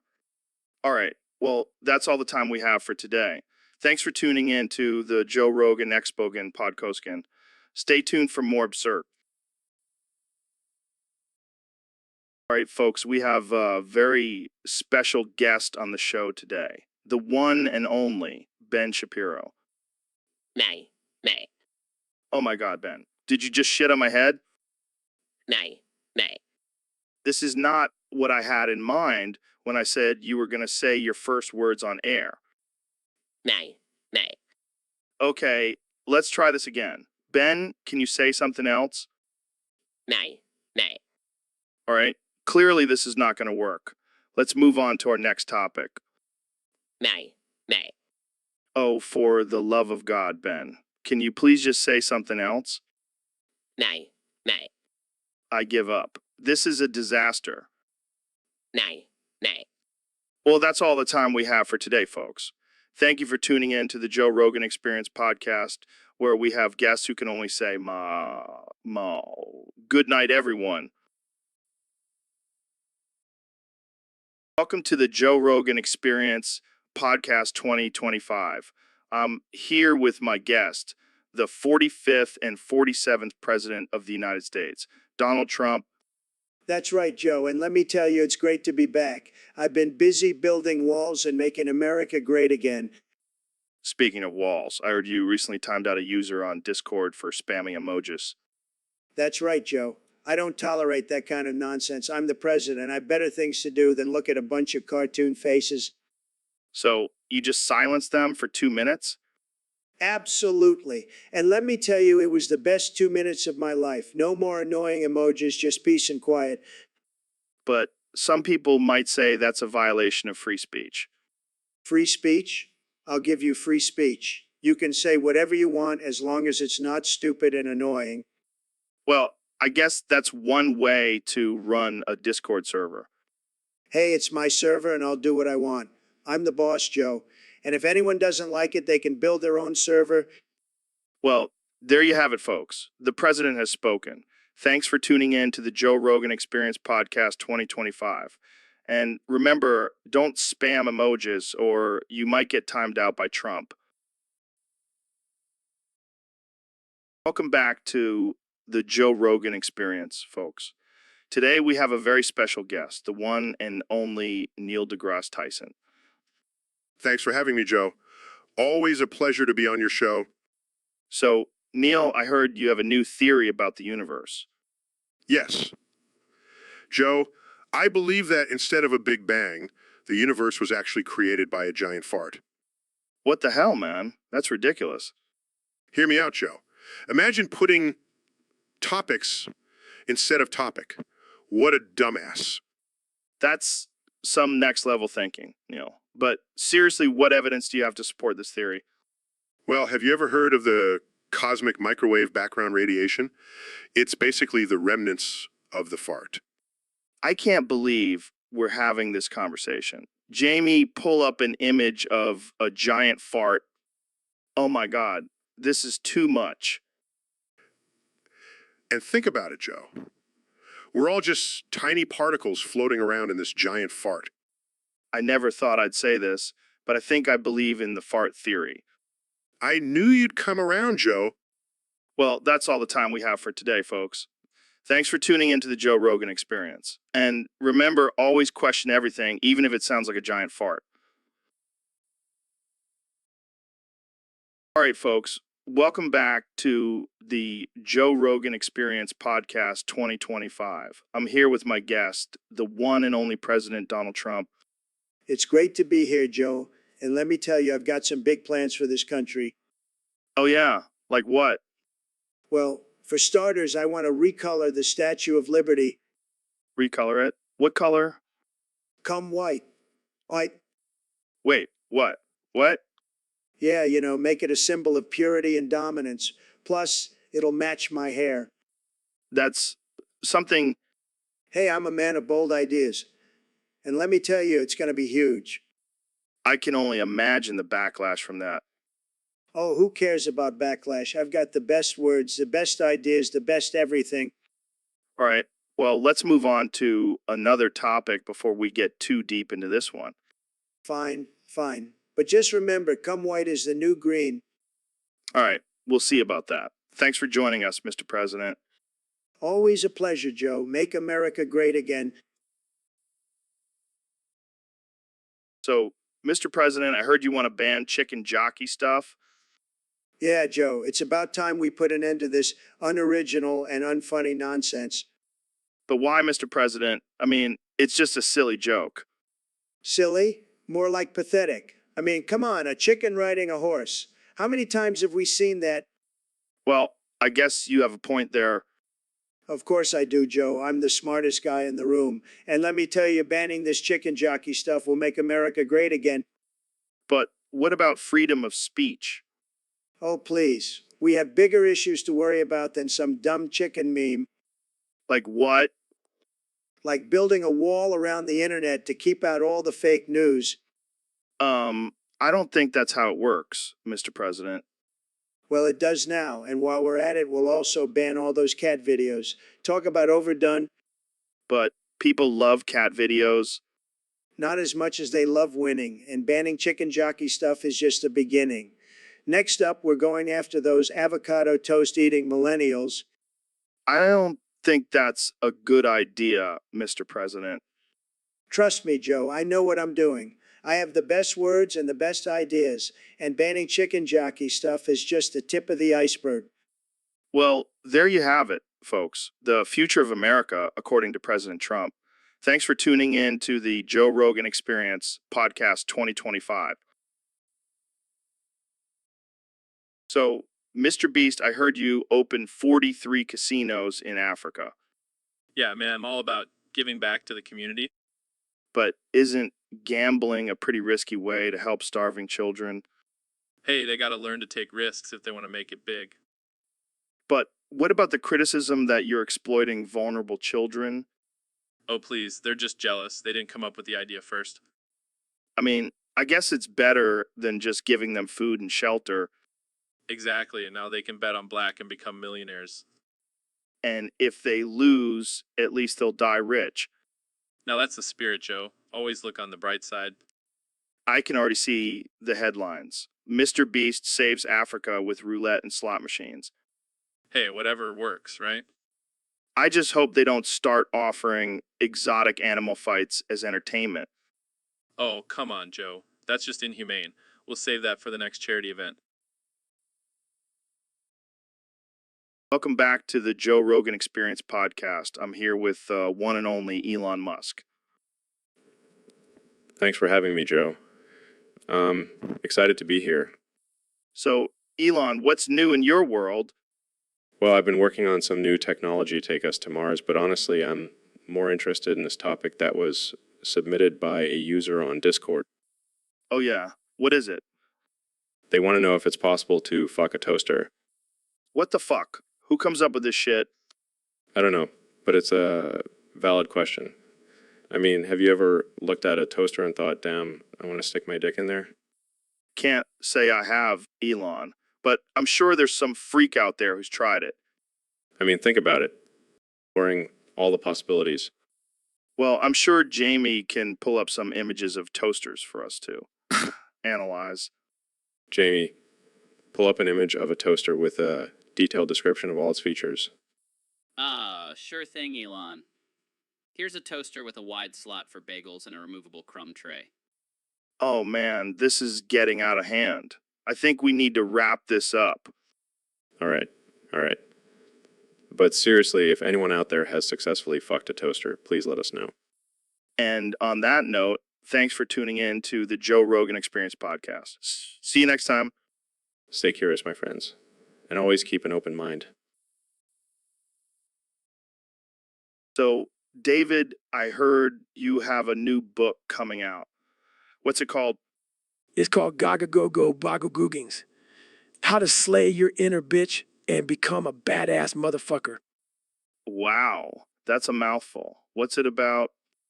It's about pushing yourself to the extreme, breaking through mental barriers, and becoming the ultimate badass. Sounds intense. What inspired you to write this book?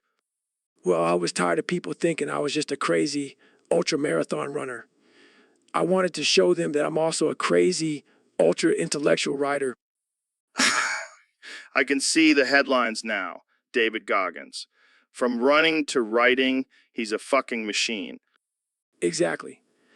And in this book, I share all my secrets for dominating life. Can you give us a sneak peek? Sure. I wake up at 3 a.m. every day and run 50 miles.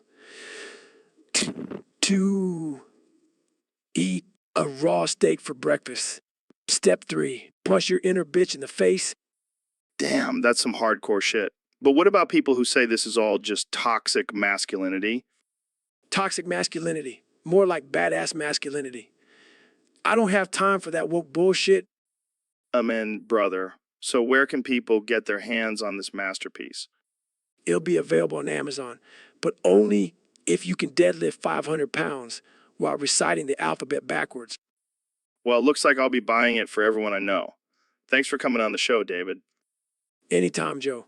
Now, if you'll excuse me, I have to go do some pull-ups with a kettlebell hanging from my balls. Gotta keep that badass energy flowing. So, Dr. Phil, I heard you met your wife on Roblox. Yeah, it was love at first virtual block. Did she build you a digital mansion or something? No, but she did give me some pretty sweet in-game gifts. Like what? A virtual Ferrari? Nah, more like a pixelated bouquet of roses. Wow, that's some real romance right there. Hey, don't knock it till you try it. We bonded over our mutual love for avatar customization. I can just picture you two on your virtual honeymoon, riding unicorns and slaying dragons. Actually, we spent most of our time arguing over whose turn it was to use the computer. Sounds like a healthy relationship. Hey, we've been married for 5 years now. That's like a lifetime in Roblox years. Well, I guess it's true what they say, love knows no boundaries, even in the digital world. And hey, it's a lot cheaper than a real wedding. You can't argue with that. So when's the virtual baby coming? Oh, we're already working on it. We're raising a whole Roblox family. It's like The Sims, but but with more glitches. Hey everyone, welcome to the Joe Rogan Experience podcast. Today we have a very special guest, the one and only David fucking Goggins. What's up? Thanks for having me. And let me just say, it's not just David Goggins, it's David fucking Goggins. I stand corrected. So David, you're known for being a badass Navy SEAL, ultra marathon runner, and motivational speaker. But what do you do for fun? Fun. It's fun. I don't have time for fun, Joe. I'm too busy pushing my body to the limit and crushing my enemies. It sounds intense. But I heard you have a softer side too. Like you're a big fan of puppies and rainbows. Told you that bullshit? I eat puppies for breakfast and piss on rainbows? Okay, let's move on. You're also known for your crazy workouts and mental toughness. What's the secret to your success? The secret is simple, Joe. You just have to hate yourself more than anyone else can hate you. That's how you become a fucking beast. Interesting approach. But what about self-care and relaxation? Do you ever take a break? Break. The only break I take is when I'm sleeping, and even then, I'm probably doing push-ups in my dreams. Damn, you're a machine. So what's your ultimate goal in life? My ultimate goal, to become the ultimate fucking badass. I want people to see me and shit their pants in fear. Well, I think you've achieved that goal, my friend. Any final words for our listeners? Yeah, stop being a bunch of pussies and start living your life. Like David fucking Goggins. That's all you need to know. So, Mr. Beast, I heard you've been selling chocolate for months now. How's that been going? It's been great, Joe. I've been making bank, buying mansions, and living my best life. That's awesome. But I also heard that some kid bought one of your expired chocolate bars. What happened there? Yeah, that little shit. He bought one of my expired bars, and now his family is threatening to sue me for mental damage.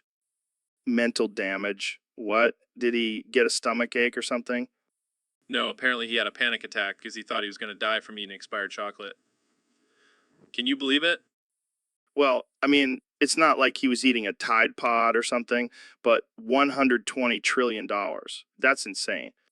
Yeah, they're trying to bankrupt me, but I'm not worried. I'll just sell a few more chocolate bars to make that money back in no time. That's the spirit. Keep hustling, Mr. Beast. And maybe next time, check the expiration dates on your chocolate. Hey, I can't be bothered with that. I'm too busy making millions. But thanks for the advice, Joe. Anytime, man. Now, let's go smoke some DMT and talk to aliens. What the hell are you doing, David? Just extending my penis over the table like a fishing pole. Dude, that's not how you catch fish. Oh, I'm not trying to catch fish. I'm trying to catch some bitches with this big old rod. You never cease to amaze me, David. Gotta keep it interesting, man. Plus, I heard chicks dig big dicks. I don't think that's how it works. Well, it's worth a shot. You know, you could probably use that thing as a weapon if you ever get into a fight. Oh, I already have. Knocked out a dude with one swing of this bad boy. Damn, I need to start doing some penis workouts. It's all about the mental toughness, Joe. You gotta push through the pain. I don't know if I can handle that kind of pain, man. That's why I'm a king of pain, Joe. I don't even know what to say to that. Just accept it. Joe, embrace the pain. All right, let's move on to a different topic before things get too weird. Too late, Joe. Too late. So, Neil, you were saying you discovered a new dimension? Yeah, man, it's wild. It's filled with these emasculated Ben Shapiros who just rage at any penis larger than 2 inches. Wait, my penis is definitely 2.1 inches. I measured it myself. Ben, are you serious? That's like a baby carrot. Hey, size doesn't matter. It's all about how you use it. Yeah, well, these Ben Shapiros in the other dimension don't seem to think so. They're constantly yelling and throwing tantrums. Sounds like a nightmare. How did you escape? Oh, we found a way out through David Goggins' anal cavity. What the hell? Get out of there. Well, that's one way to escape. But seriously, my penis is 2.1 inches. Ben, no one cares about your tiny penis. Let's move on to something else. Yeah, like how we can exploit this new dimension for our own gain. Neil, that's messed up. These are still people, even if they are emasculated Ben Shapiro's. Hey, maybe we can teach them how to be more alpha and less triggered. Oh God, I can already see the headlines. Joe Rogan and Ben Shapiro try to fix other dimensional Ben Shapiro's. And I'll be there with my camera documenting it all for the world to see. All right, let's end this before it gets any more ridiculous. Thanks for tuning into the Joe Rogan Experience, where we explore all dimensions, even the ones with tiny Ben Shapiro's. All right, Neil, we have a topic submitted by one of our listeners on Discord. Oh, what is it? They want us to play a game of let's fuck this topic again unless the algorithm fucks it first. That's a good one. I'm always down for a game. All right, let's do it. First topic, climate change. Well, Joe, the effects of climate change are becoming more and more evident every day. Wow, what a surprise. I thought the polar bears were just taking a vacation in Hawaii. You know, Joe, it's not just about the polar bears. It's about the entire ecosystem and the future of our planet. Oh, come on, Neil. We all know the Earth is just a giant rock floating in space. Who cares if we fuck it up? Joe, that's a dangerous mindset to have. All right, right? Next topic, religion. This is always a touchy subject. Oh, I love touchy subjects. Let's dive in. Well, as a scientist, I believe in evidence and facts. And as a comedian, I believe in making fun of everything and everyone. Fair enough. But let's not forget to respect other people's beliefs. Too late. Already made a joke about Scientology. Moving on. Next topic, artificial intelligence. Oh, this is going to be good. I've been waiting for the robot apocalypse for years. Yes, because the destruction of humanity is just so entertaining. Come on, Neil. We'll just upload our consciousness and live forever in the cloud. That's not how it works, Joe. So, Kamala, I heard you worked hard on the first part. What was that, your first time giving a BJ? Yeah, I bet you worked hard on your knees, too, for those donations. All right. How about your stance on legalizing marijuana? Since you're half Indian, I thought you'd be all about that spiritual herb. What? That's blasphemy. How can you call yourself a true Indian if you don't love the ganja? Fine. Let's talk about your policies then. What's your plan for the economy? Oh, so you're a socialist then? Sounds like socialist propaganda to me. But hey, at least you're not as bad as that crazy Bernie guy. All right. One last question. What's your favorite position? Political position. What's your favorite? Damn, Kamala. You're one cold-hearted lady. I like it. Fine. But hey, if you ever change your mind about that. So, Mr. President, I have to ask, why did you participate in flooding the Van Loon diamond in semen with Big Snake Jake and the 4 other losers? Well, Joe, it was a genius move. I mean, who doesn't like a good semen flood? I don't think anyone does, actually. Wrong, Joe. It was a huge success. People loved it. And let me tell you, Big Snake Jake has the best semen, the best. I don't even want to know how you know that. Let's just say I have my sources, and they're the best sources, believe me. Okay, moving on. Why did you choose the Van Loon diamond specifically? Well, Joe, it's the biggest and most beautiful diamond in the world. And I wanted to make it even more beautiful with semen. That's not how that works. Oh, it works, Joe. It works bigly. Trust me. I'm not sure I can trust you on this one, Mr. President. Well, that's your loss, Joe, because let me tell you, the semen flood was a tremendous success, and I'm sure the diamond has never looked better. I think we'll just have to agree to disagree on this one. Fine, Joe. But just remember, I'm the president, and I can do whatever I want, including flooding diamonds with semen. So, Elon, I heard you've been up to some weird stuff lately. Yeah, man, I've been experimenting with some crazy shit. Like what? What? Well, I've been breeding Thug 1 quintillion, 246 quadrillion, 636 trillion, 988 billion, 912 million, 635,915s, and 115s in tillion. Nonaria 1 quintillion, tillion, 246 quadrillion, 846 quadrillion, 847 trillion, 247 trillion, 205 billion, 305 billion, 309. What the fuck? Why would you do that? I wanted to see if I could create the ultimate abomination. And did you? Oh yeah, these things are wild. They can spit fire and do backflips while rapping about cryptocurrency. That's insane, but also kind of awesome. Right? And I've even taught them how to smoke weed and drive a Tesla. Dude, you're like a mad scientist. I prefer the term genius visionary. Whatever you say, man. But seriously, what are you going to do with these hybrids? Thinking of starting my own army. Imagine an army of Thug Mario hybrids taking over the world. This is some next level shit, Elon. Hey, I never said I was normal. That's for sure. But hey, at least we'll have some badass hybrids to protect us when the aliens invade. Exactly. And they'll be the ones driving the spaceships. So I heard you had a guest on the show today, Joe. Yeah, it was the Cobra Kid. The Cobra Kid? Is that like a superhero or something? Nah, man, he's just a regular dude with massive schlong. What do you mean by massive? I'm talking anaconda levels, man. Like, he could probably wrap it around his leg twice. Damn, that's impressive. Maybe we should start calling him the Anaconda Man. I think that's a fitting name. But can we talk about how unfair it is? Like, leave some pussy for the rest of us, Cobra Kid? Yeah, seriously. It's like he's hogging all the good stuff for himself. Maybe we should start a petition to have him share the wealth, or at least give us some tips on how to make our own anacondas grow. I don't think that's how it works, Joe. Well, a man can dream, can he?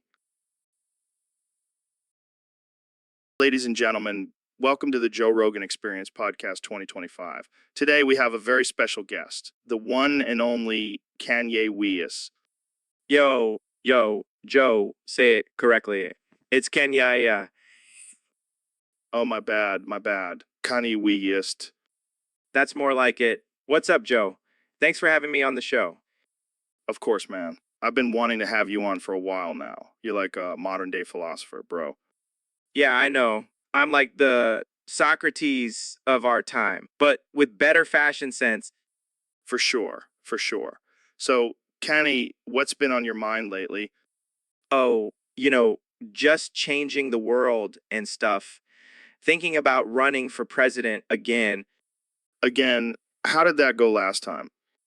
Hey, I got some votes, okay? And besides, I'm not going to let some little thing like losing stop me. Yeah, because that worked out so well for you in your marriage. Oh, Joe, you're too much. But seriously, I'm on a new spiritual journey now. I'm all about love and positivity. Oh, really? Is that why you named your album Fuck You, Taylor Swift? Hey, she had it coming. But yeah, I'm all about love now.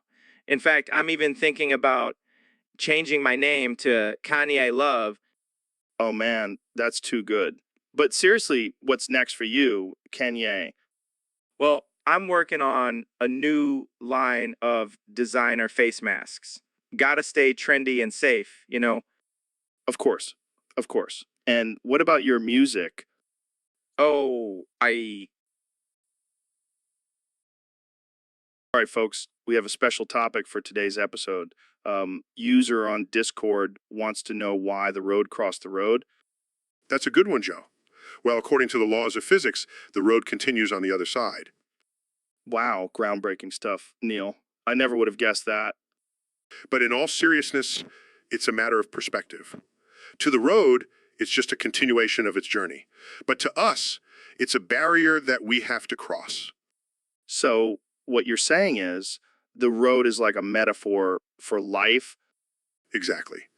And sometimes we have to take risks and cross that road to reach our goals. But what about the chicken? Why did it cross the road? Oh, Joe, I think you're taking this a little too literally. Hey, I'm just trying to get to the bottom of this. Maybe the chicken just wanted to explore the other side. Or maybe it was just trying to escape from Colonel Sanders. Now that's some dark humor right there. You know what they say, Joe? You can't make an omelet without crossing the road. And on that note, we'll end this episode. Thanks for tuning in, folks. Stay woke, but not too woke. Peace out. So, Ben, I heard you got some surgery done recently. Yeah, I finally decided to do something about my tiny, useless penis. And what did you get done exactly? Well, I had a sharpener implanted in my penis so I can finally have a weapon down there. Wait, what? You stuck your dick in a pencil sharpener? No, it was a disaster. This is a professional surgery. But can't you accidentally hurt someone with that thing? That's the whole point, Joe. I'll be the ultimate weapon in the bedroom. But what about when you get an erection? Won't it tear through your pants? Yeah, that's the downside. I have to be careful not to get too excited in public. I can just imagine you trying to hide your sharp penis in a crowded room. It's a sacrifice I'm willing to make for the greater good. Well, I guess it's better than having a tiny, useless penis. Exactly. I'm ready to take on the world with my new weaponized member. And Jamie, pull up an image of Ben's new penis. I'm dying to see this thing. I don't think we can show this on YouTube, guys. Well, there goes our monetization. Thanks a lot, Ben. Hey, at least I have a sharp penis now. Can you say the same, Joe? Touche, my friend. Touche. So, we have a question from a user on Discord. They want to know, Neil, what's the craziest thing you've ever done in the name of science? Well, Joe, I once ripped off my own pubes and glued them to a monkey's butt. With the actual F.L. Kai Neil, why would you do that? To study the effects of hair transplantation on primates, of course. And how did that go? Let's just say the monkey wasn't too happy with its new hairstyle. I can imagine. But why did you have to rip off your own pubes? Couldn't you have used fake hair? Joe, science is all about sacrifice. And I wasn't about to let you be a bald-ass bitch. Oh, so you did it for me. That's so sweet, Neil. No, I did it for science. But if it makes you feel better, you can keep the monkey's butt hair as a two-piece. Thanks, Neil. You're a true friend. Don't mention it. Now let's get back to talking about the universe and shrooms. Hey, Elon, have you heard about this new gun I got? It's a David Brent gun. David Brent gun? What the hell is that? It's a gun that shoots out quotes from the Office character David Brent. Watch this. I don't look upon this like it's the end. I look upon it like it's moving on. You know, it's almost like my work here's done. That's hilarious. Now you're possessed by David Brent. I'm not a pessimist. I'm an optometrist. I see things clearly. This is amazing. Say another one. I don't regret anything in my life except the things I did and the things I didn't do. This is too good. I should have gotten this gun sooner. Like a chameleon, I can blend into any situation. Except for a room full of chameleons, then I'm screwed. Okay, one more. Say one more. I'm not superstitious, but I am a little stitious. I can't stop laughing. This is the best thing ever. I'm not a comedian, comedian's assistant. Yes, uncontrollably. All right. We should probably stop before you start quoting the entire series. I'm not a loser. I'm just not a winner. Classic David Brent. Thanks for being a good sport, Elon. Thanks for being a good sport, Joe. Just glad I'm not a loser like you. Laughs. All right, that's enough. Jamie, pull up an image of David Brent's face on Elon's body. Pulls up the image. Oh my god, it's perfect. Welcome back to the Joe Rogan Experience podcast. I'm here with the 46th President of the United States, Donald Trump. It's great to be back, Joe. And let me tell you, my hair is looking fantastic today. You do have some great hair, Mr. President. What's your secret? Well, it's a combination of good genes and a lot of hairspray. But let me tell you, it's the best hair in the world. No one has better hair than me. I've heard you mention your hair in almost every interview, Mr. President. Is it that important to you? Of course it is, Joe. My hair is a symbol of my success. People see my hair and they know I mean business. But what about the critics who say your hair is fake? Fake? My hair is 100% real, Joe. Believe me, I've got the best hair experts in the world working on it. Speaking of experts, have you ever considered having Jamie pull up an image of your hair on the podcast? Absolutely not, Joe. My hair is a one-of-a-kind masterpiece. It can't be captured in just one image. Well, I think we'll have to agree to disagree on that one, Mr. President. That's okay, Joe. As long as the American people know that I have the best hair in the world, that's all that matters. Well, there you have it, folks. The president's hair is the talk of the town. Thanks for tuning into the Joe Rogan Experience podcast. So, Ben, I heard you've been practicing the Shache slide. Yeah, I've been working on my dance moves. Got to keep up with the kids these days. Can you give us a little taste? All right, here we go. Slide to the left, slide to the right. Now let me see you blow a guy in the Five Guys disabled parking space tonight. Oh man, that's not the original lyrics. Well, I figure I'd spice it up a bit. You know, make it more interesting. I don't think that's what they meant by crisscross. Hey, I'm just trying to be inclusive. We can't leave out the disabled community. I don't think that's what they had in mind either. And then it goes, take it back now, one hop this time. Now let's see you swallow that cum like a champ. It's not a crime. Oh man, I can't believe you just said that. Hey, I'm just keeping it real. Plus, Five Guys has some damn good burgers. I don't even know how to respond to that. Just join in on the dance, Joe. It's a party in the Five Guys disabled parking space. All right, I'll leave the dancing to you. I'll stick to my podcasting skills. Suit yourself. But don't knock it till you try it. Hey Ben, thanks for coming on the show again. I feel like we have so much to talk about. It's overwhelming. Yeah, I know what you mean. It's like every day there's a new topic that we have to cover. It's exhausting. And now with Elon joining us, it's even more pressure. He's always talking about space and artificial intelligence, and I can barely keep up. I have an idea to help us relax. How about we play a game of Soggy Biscuit? What the hell is that? Is that...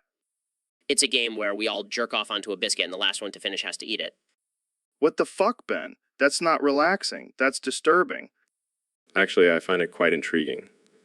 The competitive aspect adds a layer of excitement. Oh, great. Now we have Elon's weird fetishes to add to the mix. Come on, Joe. It'll be a bonding experience. Plus, we can talk about it on the podcast.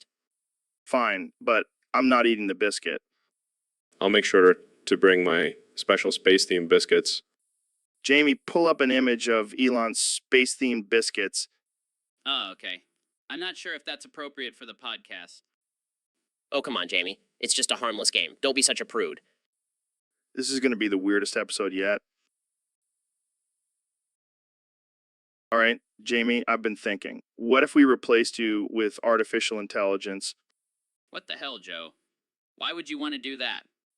Think about it. We wouldn't have to pay artificial intelligence. It would never get tired or need breaks, and it could pull up information faster than you. But I'm irreplaceable, Joe. Plus, I don't think artificial intelligence can handle the weird stuff you make me Google. Oh, come on. It's not that weird. Like that time I asked you to look up if it's possible to insert a spatula into your urethra. Actually, I have some images of you attempting that, Joe.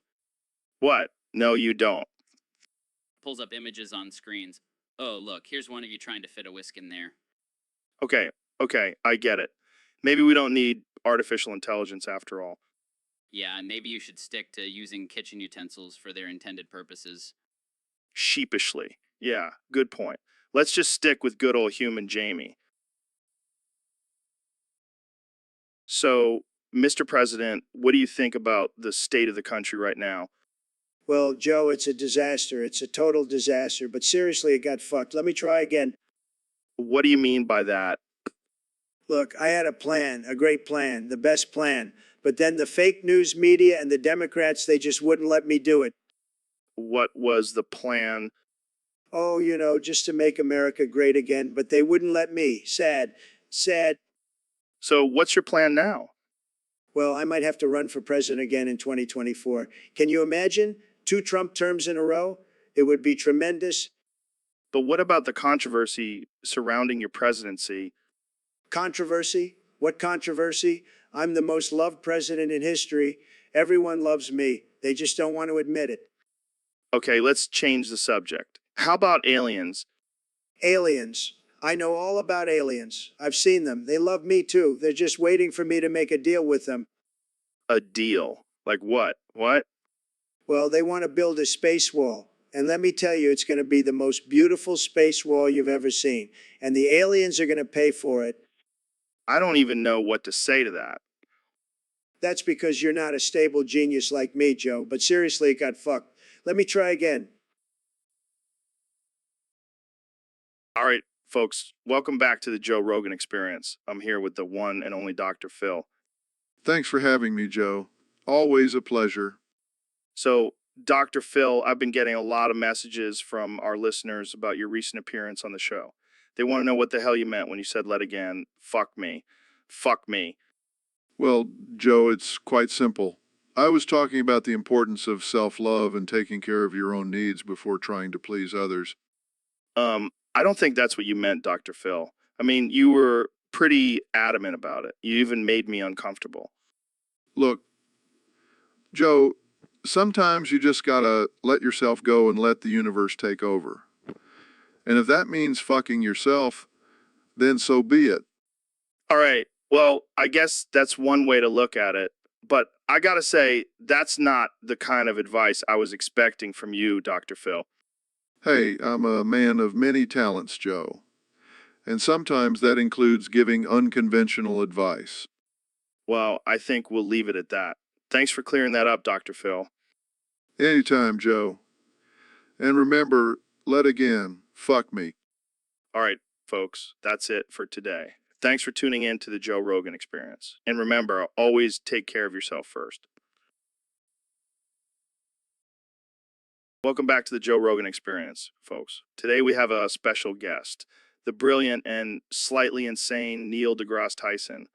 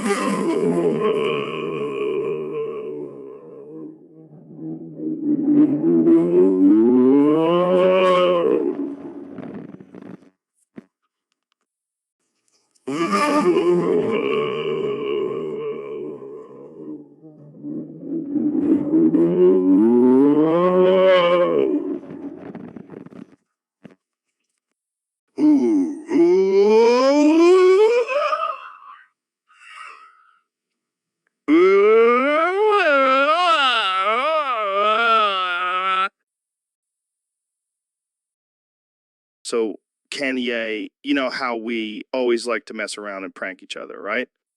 Yeah, man, I love a good prank. Keeps life interesting. Keeps life interesting.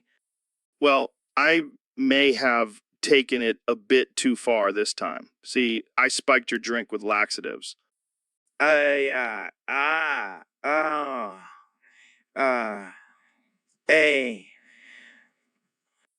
Oh man, your face right now is priceless. Hey.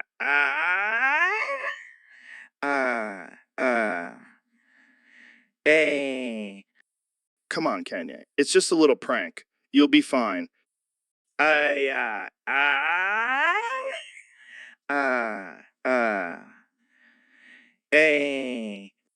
Looks like it's kicking in. You might want to find a bathroom, my friend. Hey.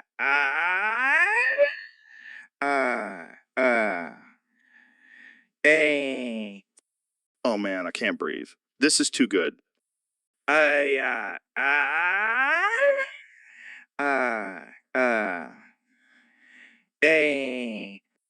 Okay. I'll stop. But seriously, that was hilarious. Hey.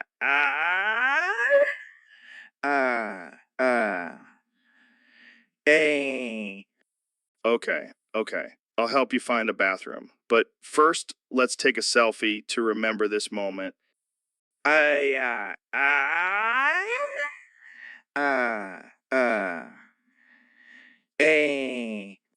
Perfect. Now let's go before you have an accident. Hey.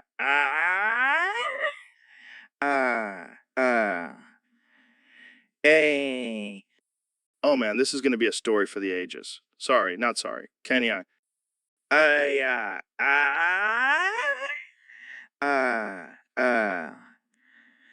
Hey. gurgles and foams at the mouth. Yeah, Joe, I totally agree. That's a great point. That's a great point. Gurgles and foams at the mouth. Oh, you think we should have that guest on the show?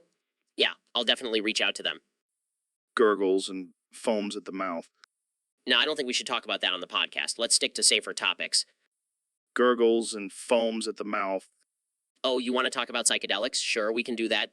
What's your favorite experience with DMT? Gurgles and foams at the mouth. Wow, that's really profound, Joe. I never thought about it that way. Gurgles and foams at the mouth. No, I don't think we should have Alex Jones on the show again. Remember what happened last time? Gurgles and foams at the mouth. Okay, let's move on to our next guest. I'm sure they'll have a lot of interesting things to say. Gurgles and foams at the mouth. Yeah, I agree, Joe. That was a really insightful conversation. Thanks for being on the show. Gurgles and foams at the mouth. And that's a wrap for today's episode of the Joe Rogan Experience, folks. Tune in next time for more gurgles and foaming at the mouth. See you later, Joe. Gurgles and foams at the mouth. Dude, I can't believe a venomous snake bit me in the balls while we were hiking. Oh man, that's rough. Did you scream like a little girl? Yeah, because getting bitten in the balls is such a pleasant experience. Wait, did you suck out the poison? What? No way. That's just not something I'm willing to do. Come on, man. I'll even use my mouthwash beforehand. Are you insane? I'm not putting your mouth anywhere near my balls. Fine. But you better hope that venom doesn't spread to your brain and make you start acting like a woke vegan CrossFit hippie. Oh, God, the horror. I'd rather die from the poison. Hey, let's just get you to a hospital.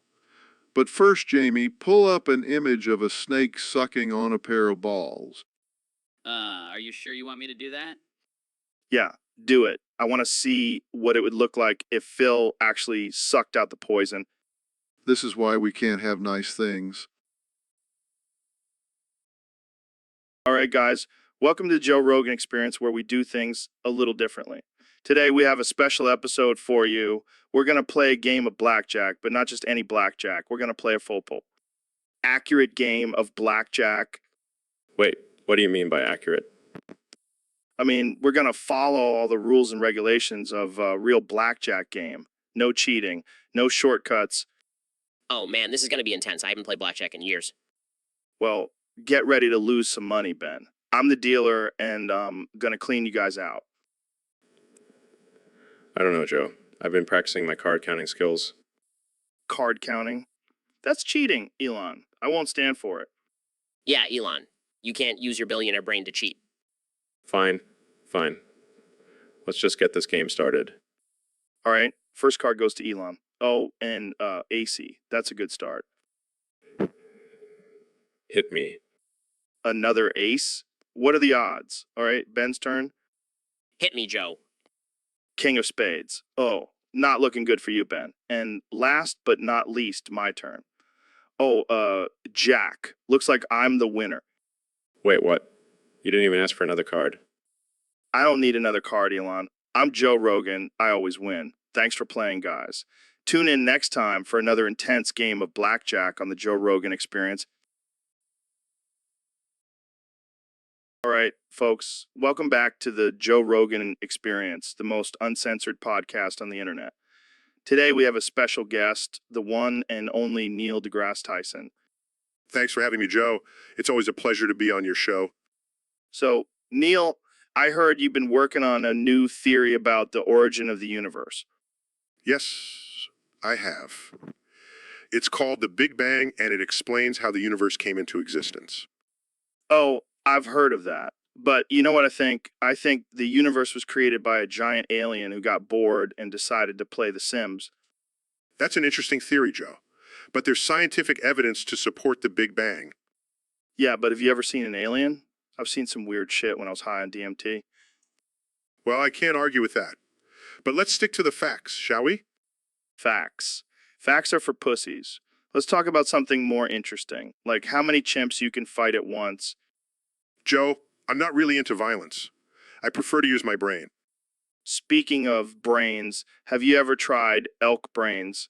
They're like a delicacy in some cultures. No thanks. I'll stick to my vegetarian diet. Vegetarian? What a pussy. Real men eat meat.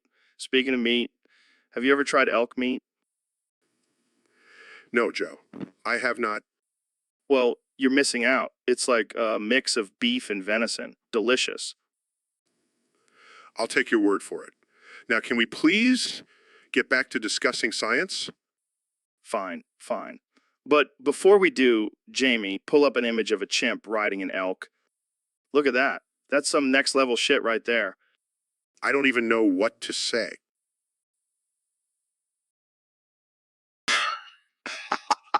Juggling. No. Scary. Have you ever tried juggling, Elon? No, I'm afraid of dropping things. Juggling? Stop it, Joe. You're scaring me. Come on. It's just a few balls in the air. What's the worst that could happen? I could lose an eye, Joe. I'm not risking it. Juggling. Okay. Let's change the subject. How about we talk about space travel?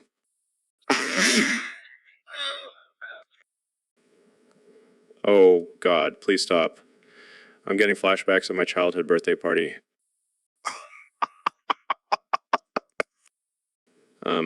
Serious, Joe. I have a fear of clowns, and juggling just reminds me of them. Juggling. You know what? Leaving. I can't handle this. Juggling.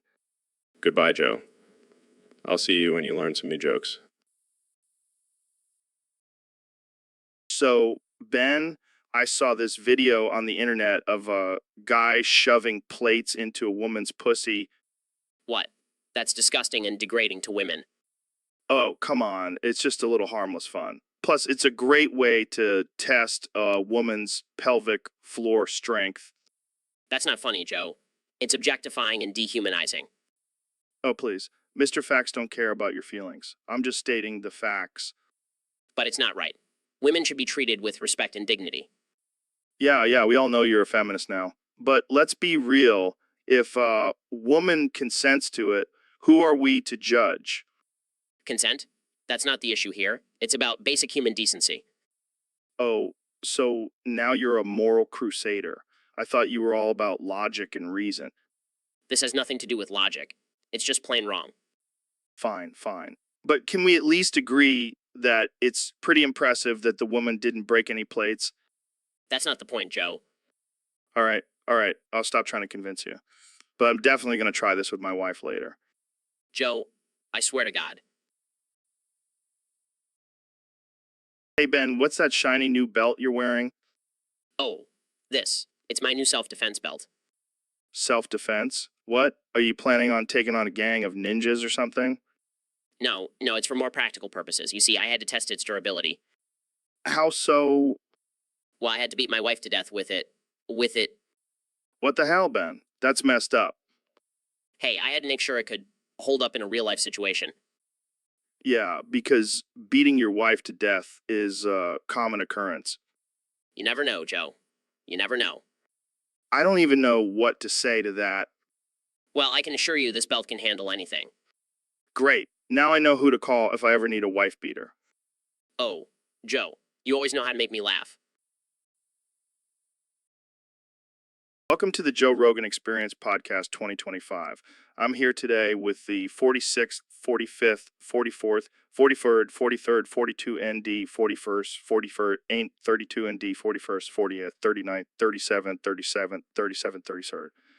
33rd, 34th, 34th, 34th, 30, 30, 30, 30, 28th, 28th, 27th, 22 ND, 21st, 20th, 19th, 18th, 17th, 16th, 15th, 14th, 13th, 12th, 11th, 10th, 9th, 8th, 7th, 6th, 5th, 4th, 3rd, 2 ND, and First President of the United States, Donald Trump. It's an honor to be here, Joe. And let me tell you, I'm the best president this country has ever seen. Believe me. Well, that's quite a claim. What makes you say that? Well, for starters, I've got the best hair, and everyone knows that's the most important quality in a leader. I can't argue with that logic. But what about your policies? Policies? Who needs those when you've got Twitter? I can solve all the world's problems in 280 characters or less. Impressive. And how do you handle criticism? I don't. I just block anyone who disagrees with me. Problem solved. And what about your opponents? How do you handle them? Simple. I just grab them by the, well, you know. Moving on. Let's talk about your diet. I heard you're a big fan of fast food. Absolutely. I mean, have you seen the size of those burgers? They're huge, just like my hands. And what about exercise? So we got a topic submitted by a user on Discord. It says, Ben fucks, David sucks, Joe checks, and Jamie flicks his fucking dick into the ceiling fan. What the hell kind of topic is that? Well, Joe, it seems like we have a real winner here. I can already tell this is going to be a riveting conversation. Yeah, I mean, I don't even know where to start with this one. But let's dive in. Ben fucks. Who exactly? Well, I would assume it's whoever Ben wants to fuck. But let's not get too caught up in the logistics. I'm more interested in David sucking. Oh, come on, Neil. We all know you're the one who sucks up all that scientific knowledge and spews it out like a fountain. Oh, please. We both know I'm not the one with a podcast dedicated to getting high and talking about Bigfoot. Hey, Bigfoot is a serious topic, man. And let's not forget about my keto CKK. It's a force to be reckoned with. I'm sure it is, Joe. But let's not forget about Jamie and his ceiling fan antics. That's the real highlight here. Yeah, I can just imagine him standing on a chair, flicking his dick into the fan and yelling, "Whoa, whoa, whoa, look at it, go." And on that note, I think we should wrap this up before we get too carried away with our imaginations. Agreed. Thanks for joining me, Neil. And to our listeners, sorry for the absurdity.